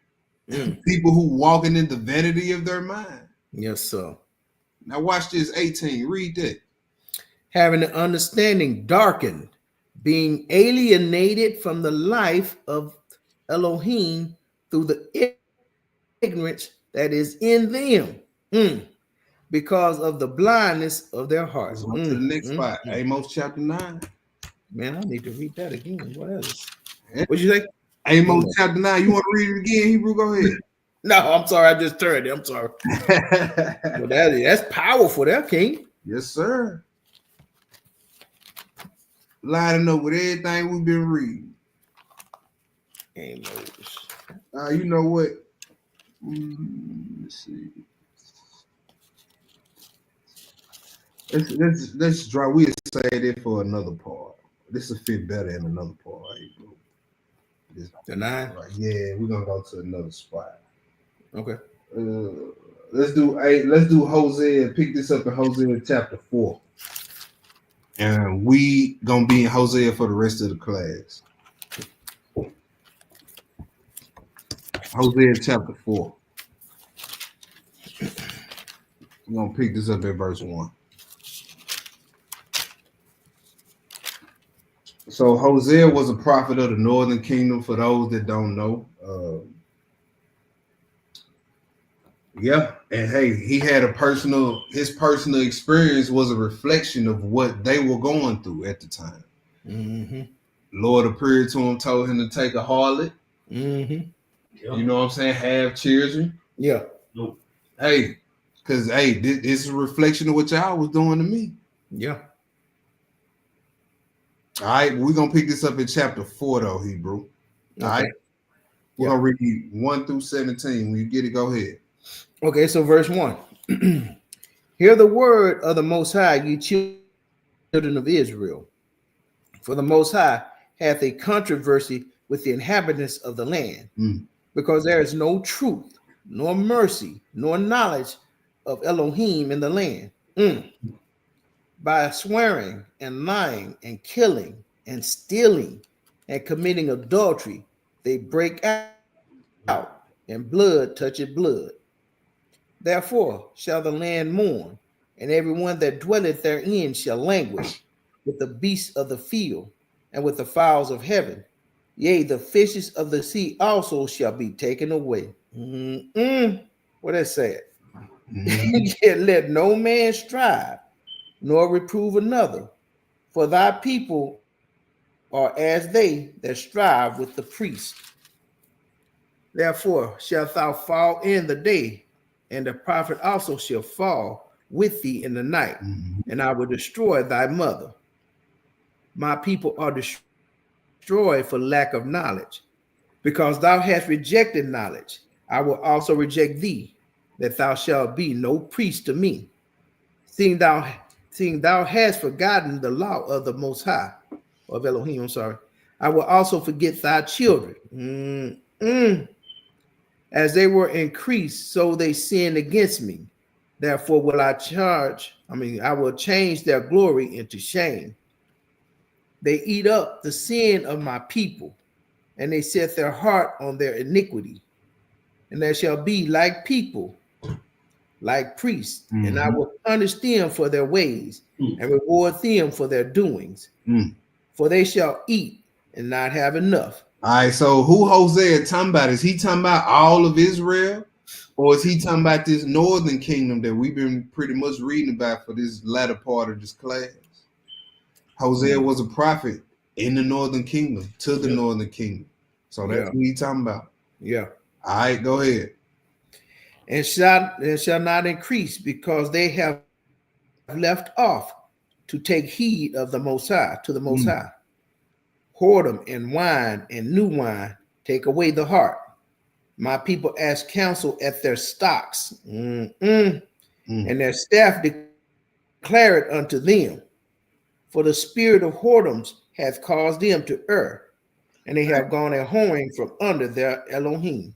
Hey, some just hit me that verse 11. Look what he said. This verse kind of remind me of what Paul said of what fornication does, how you sin against yourself. You know what I'm saying? And it says whoredom. It takes away the heart. You know what I'm saying? And it do. Yeah. It do mess your mind up. It'll put your mind in a whole different light. Is the way how you see the opposite sex and all that. Yeah. Be careful of that right there. But yeah, yes, right. Hebrew spirit put it on my spirit to say that. But yeah, go ahead. Yes, sir. All praises. Verse 13. They sacrifice upon the tops of mountains and burn incense upon the hills under oaks and poplars and elms, because the shadow thereof is good. Therefore your daughters shall commit whoredoms, and your spouses shall commit adultery. I will not punish your daughter when she committed whoredom, nor your spouses when they commit adultery. For themselves are separated with whores, and they sacrifice with harlots. Therefore the people that doth not understand shall fall. Though thou, Israel, play the harlot, yet let not Judah offend, and come not ye unto Gilgal, neither go ye up to Bethaven to swear to Most High liveth. All right, go ahead. For Israel slided back as a backsliding heifer. Now the Most High will feed them as the lamb in a large place. Ephraim is joined to idols. Let him alone. You see what he's saying? Look what he's saying. Look what he's saying now. He said, we've been reading all night, when you turn to idols, it estranges you. Wickedness estranges you. Then he said, Ephraim is joined to idols. Leave him alone. God wouldn't do that. We just read it. Yeah. Leave him alone. So he said, hey, leave Ephraim alone. Let's go to chapter 5. Let's go to chapter 5. Read the Hebrew. At 1? Verse 1. Hear ye this, O priests, and hearken, ye house of Israel. and give ye ear, O house of the king, for judgment is toward you, because ye have been a snare on Mizpah, and a net spread on Tabor. And the revolters are profound to make slaughter, though I have been a rebuker of them all. I know Ephraim and Israel is not hid from me. For now, O Ephraim, thou committest whoredom, and Israel is defiled. They will not frame their doings to turn unto the power, to their power. For the spirit of whoredom is in the midst of them, and they have not known the Most High. And the pride of Israel doth testify to his face. Therefore shall Israel and Ephraim fall in their iniquity. Judah also shall fall with them. They shall go with their flocks and with their herds to seek the Most High, but they shall not find him. He hath withdrawn himself from them. They have dwelt treacherously against the Most High, for they have begotten strange children. Now shall a month devour them with their portions. Strange children. How Israelites begetting strange children? And he told you because they don't know who their power is. They don't know who their Elohim is. Man, look. And if he's saying you estranged from me, and then he's saying in certain spots, I've walked away from you and turned my back on you. Yeah. I mean, then what are you naysaying about when it comes to this subject matter? They love the heathen so much they got they refuse to believe that God has an order that looks like them is first in the pack. Yeah. They refuse to believe that. Yeah. That's what it is. That's what it boiled down to. Coonism. Go ahead, boo. Verse 8. Blow ye the cornet in Gibeah, and the trumpet in Ramah. Cry aloud at Bethaven, after thee, O Benjamin. Ephraim shall be desolate in the day of rebuke. Among the tribes of Israel have I made known that which shall surely be. The princes of Judah were like them that removed the bound. Therefore I will pour out my wrath upon them like water. Ephraim is oppressed and broken in judgment, because he willingly walked after the commandment. He willingly walked after the commandment. Go ahead, bro. Therefore will I be unto Ephraim as a moth, and to the house of Judah as rottenness. When Ephraim saw his sickness, and Judah saw his wound, then went Ephraim to the Assyrian, and sent to King Jareb. Yet could he not heal you, nor cure you out of your wound. For I will be unto Ephraim as a lion, as a young lion to the house of Judah. Even I will tear and go away. I will take away, and none shall rescue him. I will go and return to my place till they acknowledge their offense and seek my face in their affliction. They will seek me early, because they're going to beat the break off you. So Let's go to Hosea 9, Hebrew.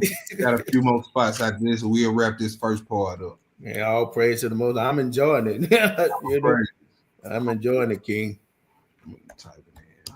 Hosea 9. Pick it up at verse 1, Hebrew. All right, family. So 9 and 1. Rejoice not, O Israel, for joy as other people, for thou hast gone a hoeing from thy Elohim. Thou hast loved a reward upon every corn floor. Oh my goodness. Hey man, come on now. The floor and the winepress shall not feed them, and the new wine shall fail in her. They shall not dwell in the Most High's land, for Ephraim shall return to Egypt, and they shall eat unclean things in the city. They shall not offer wine offerings to the Most High, neither shall they be pleasing unto him. Their sacrifices shall be unto them as the bread of mourners. All that eat thereof shall be polluted. For their bread, for their soul shall not come into the house of the Most High. Mm-hmm. What will ye do in the solemn day, and in the day of the feast of the Most High? For lo, they are gone because of destruction. Egypt shall gather them up. Memphis shall bury them. The pleasant places for their silver, nettles shall possess them. Thorns shall be in their tabernacles. These people won't find rest. And the Northern Kingdom been catching hell way longer than we have. Sir. Oh yeah. And probably way worse. Yeah. They released by at least 1,000 years probably for the southern one. Yep. Look at what it said. He said, look, ain't nothing good gonna happen for them. He said, Egypt gonna gather you, Memphis gonna bury you, the pleasant places for their silver, nettles shall possess you, thorns shall be in your tabernacles. Unless you know you're gonna be living raggedy. Everywhere you go. He said when them nettles and thorns gonna dwell in your tabernacle, man, those things that prick you and stick you, even in your mind. And it's gonna dwell in your tabernacle. You ain't gonna have no comfort. Yeah. Now you in your solid place of your mind, you ain't gonna have no comfort. That's where the Most High, he gonna make sure you tormented up there. That's where you sinning at. Yeah. Go ahead, bro. Verse 7. The days of visitation are come. The days of recompense are come. Israel shall know it. The prophet is a fool. The spiritual man is mad for the multitude of thine iniquity and the great hatred.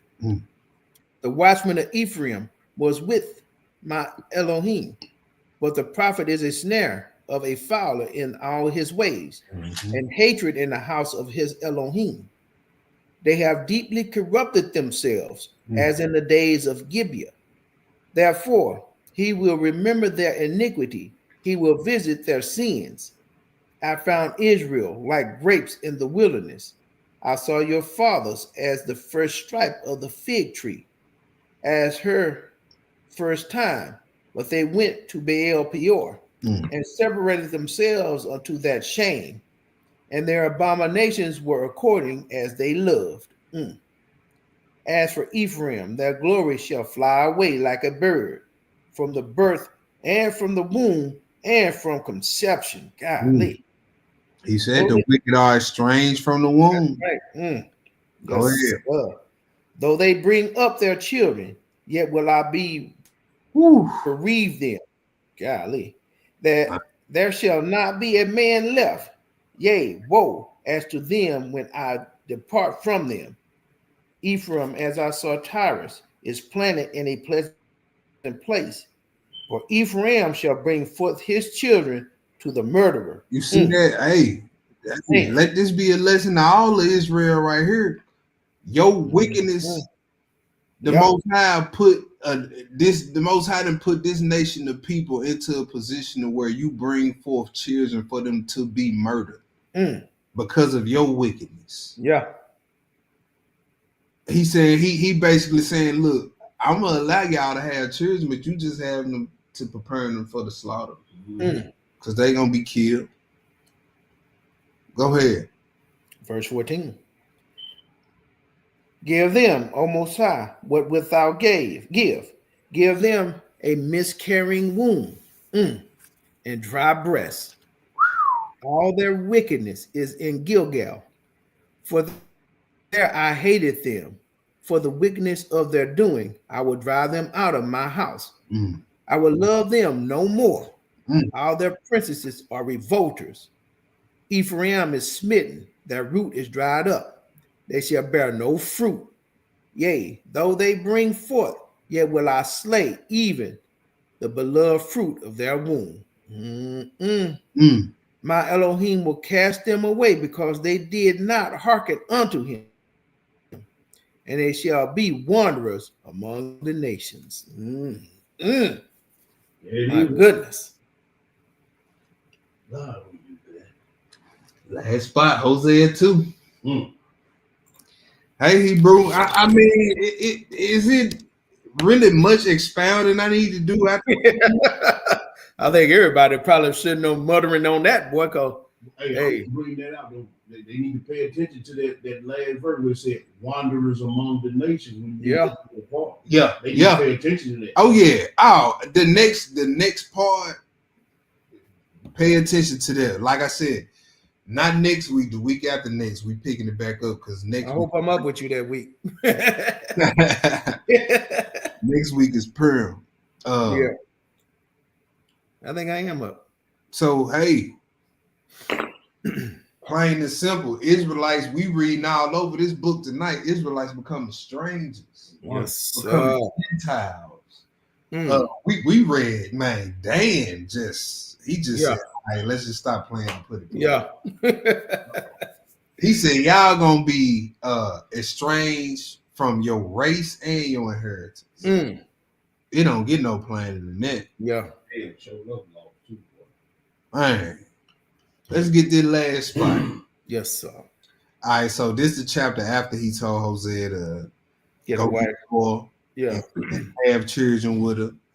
Right. So now here's the redemption story. Now watch this. Hosea 2. Go ahead, Hebrew. Starting at 1. Mm-hmm. Okay. Excuse me. Say ye unto your brethren, or whatever you want to call it, and your sister Rumala, plead with your mother, for she is not my wife, neither am I her husband. Let her therefore put away her whoredoms out of her sight, and her adulteries from between her breasts, lest I strip her naked and set her as in the day that she was born. You see how, when you commit wickedness, you somebody else to him. He not even treating you the same. He even treating you hostile. Right? So that concept is true according to the scriptures. All right, go ahead. And make her as a wilderness, and set her like a dry land, and slay her with thirst. And I will not have mercy upon her children, for they be the children of whoredoms, for their mother hath played the harlot. She that conceived them hath done shamefully, for she said, I will go after my lovers that give me my bread, and my water, my wool, and my flax, my oil, and my drink. Therefore, behold, I will hedge up thy way with thorns, and make a wall, that she shall not find her paths. And she shall follow after her lovers, but she shall not overtake them. And she shall seek them, but shall not find them. Then shall she say, I will go and return to my first husband. For then was it better with me than now. For she did not know that I gave her corn and wine and oil, and multiplied her silver and gold, which they prepared for Baal. Right. So this is the part that people miss right here. This is what we just read. Before you want to start bringing the heathens in by and large like you doing now, you have to give the people of the Most High time to do this right here. Stop, repent, and come back. That gotta happen first. Yes, sir. You can't just bring in the heathens by and large while we in the process of repenting and coming back. Yeah, we getting cleaned up. According to prophecy, it's out of order. Now, is me saying that to say can't no heathens come to the Most High right now? No, I'm not saying that. The way y'all try to bring them in, that's not supposed to happen right now. No, that's what I'm saying.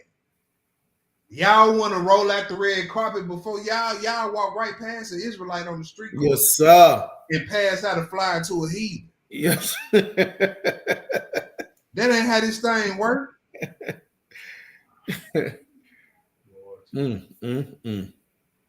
That ain't how this work. Before he even bring the heathen, he got to sort out his children. That's right. The ones who gonna be disinherited first before you You know give what? the heathen something. You know what? Hey, he say he got to establish the priesthood again, brother. So you know, Matter that's of even fact, after you hold do y'all in his spots. millennial kingdom. Hold y'all spots right here, Hebrew. Let's go to that Amos 9. We were gonna say that, but let's go there. Amos 9, 11, and 12. Gotta be a sorting out, gotta be done first, bro. I mean, because how are they gonna come in by and large before the parable of the two sticks is complete? They can't. It's sorting out gotta be. Then after he sort out, then he gotta get it the one who can't overcame, he gotta get in there and have him first. You know why he gotta sort us out first? Because they got to cleave to righteous Israelites. That's right.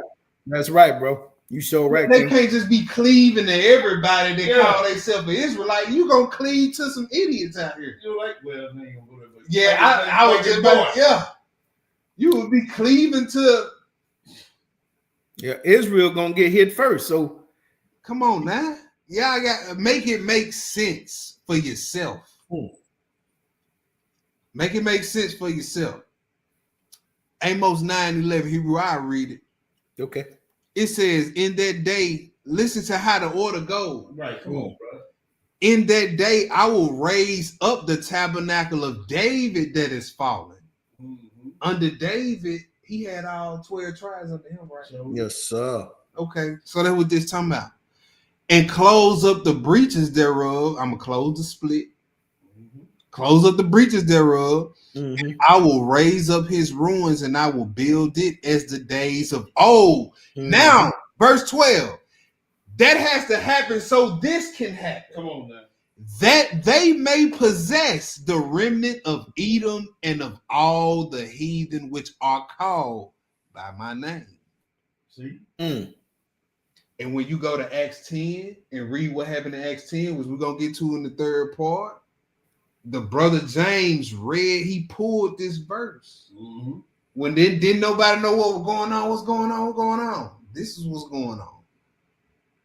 The Most High, it was beginning to start the process of bringing the two sticks together. Right. And now that the process has started, okay, a couple of y'all over here want to come. A couple of y'all over here want to follow. Just the grafting in part, bro. So when you graft in something, right? Ain't there still some pruning that got to be done? Yeah. Pruning still. So that's what I'm saying. The sorting out of the ones who by name only is Israel, got to be pruned off. Exactly. Then the branch can grow. Yeah.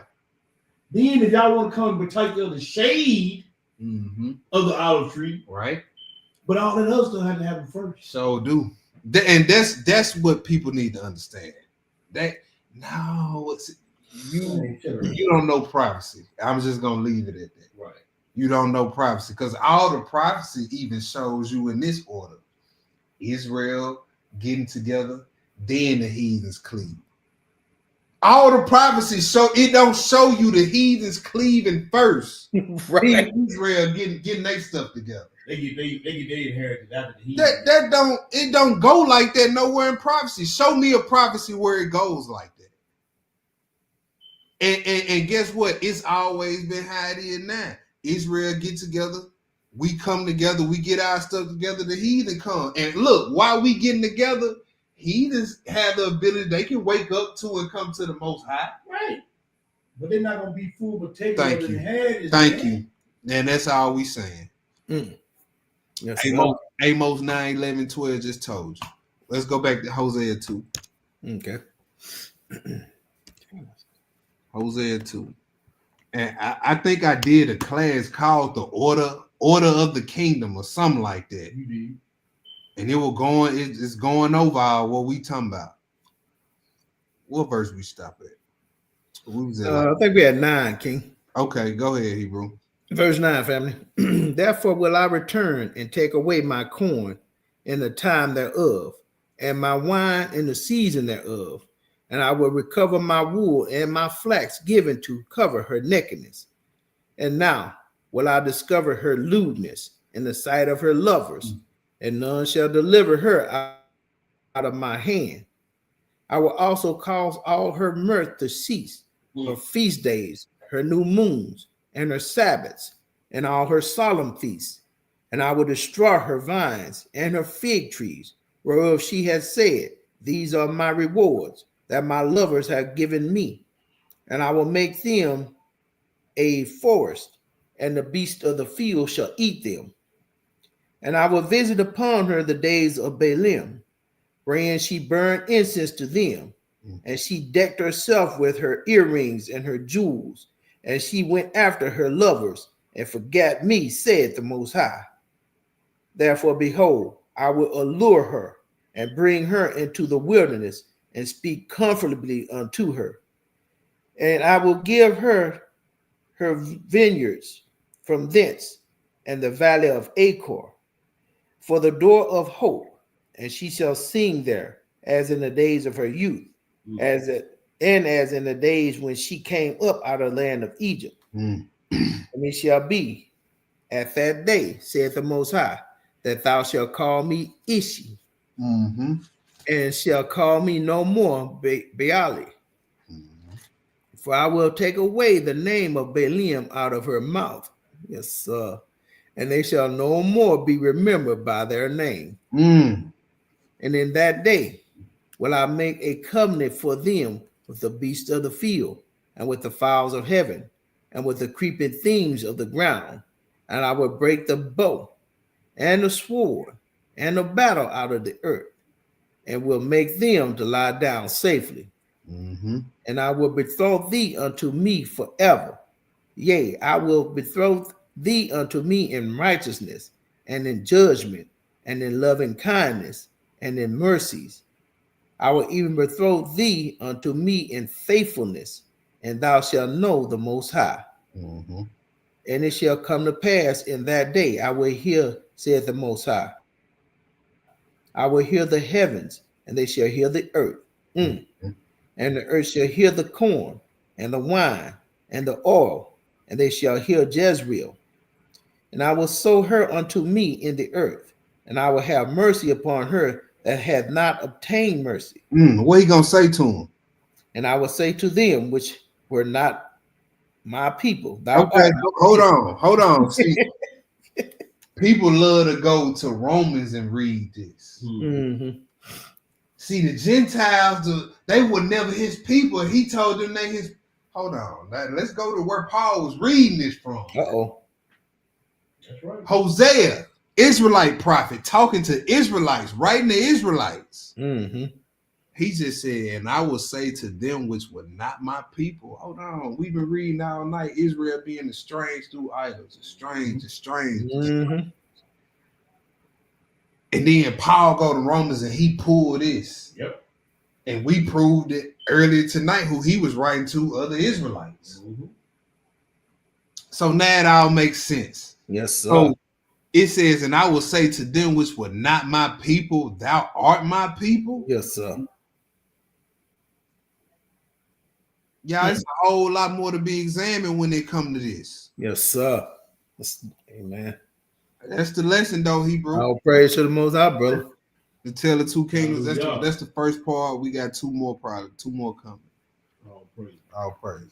Want to thank everybody for tuning in tonight. Definitely want to thank the young brother and the elder for the lesson.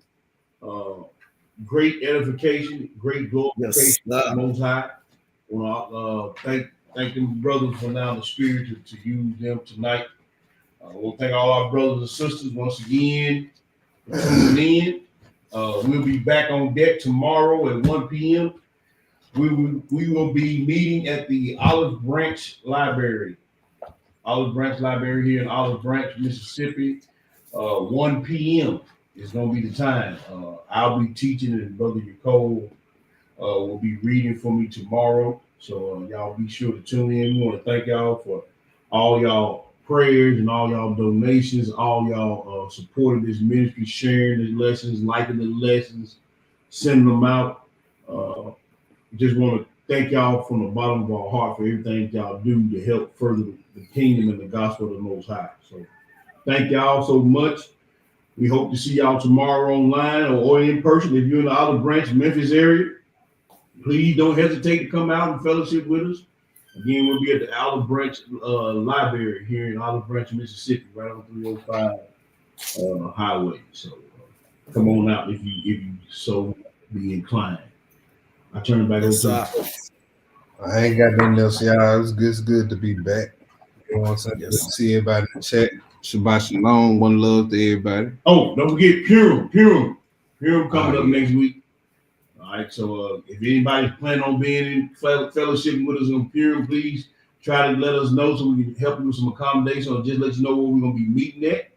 Probably gonna be right after class when we're gonna be doing a little celebration for Purim. I'm sorry about that. I forgot to tell people about that. Go ahead. I'm good. Elder, you got anything else? No, I ain't got nothing, Bruce, man. Most High in Christ bless, man. Excellent lesson, man. And I enjoy the work, brother. So All praise. I had to be careful how I say it, but I always have enjoyed working with the online because there's always some good eating, All praise. Oh, one other thing, man, I forgot to mention. We did have an excellent time, excellent fellowship out there on the Alms Deed this past hot day. Yeah. It was very, very edifying for me, and had a lot of participation from the people. But man, it was a nice time out there. Anytime y'all want to get with us and when we're doing the Alms Deed, man, y'all come on out there, man, and interact with the people. Yeah. And, I know for me, it's always a time of reflection of what the Most High has done for me and my family, as opposed to seeing some of our brothers and sisters who are less fortunate than us, and being able to reach out and kind of give us a little bit of ease in their pain. So thank y'all also for that support on that. We call it doing good in the hood, Alms Deed. So thank you, Brother Zias and Brother Dre. They head that up for us. They do an excellent job. All praise to the Most High, brother. All praise. With that, hey man, we say Shabbat Shalom. Y'all get y'all some rest and be on deck tomorrow. We'll be right back on deck tomorrow. Sir. Shalom. Shalom. Say one love, brother. One love.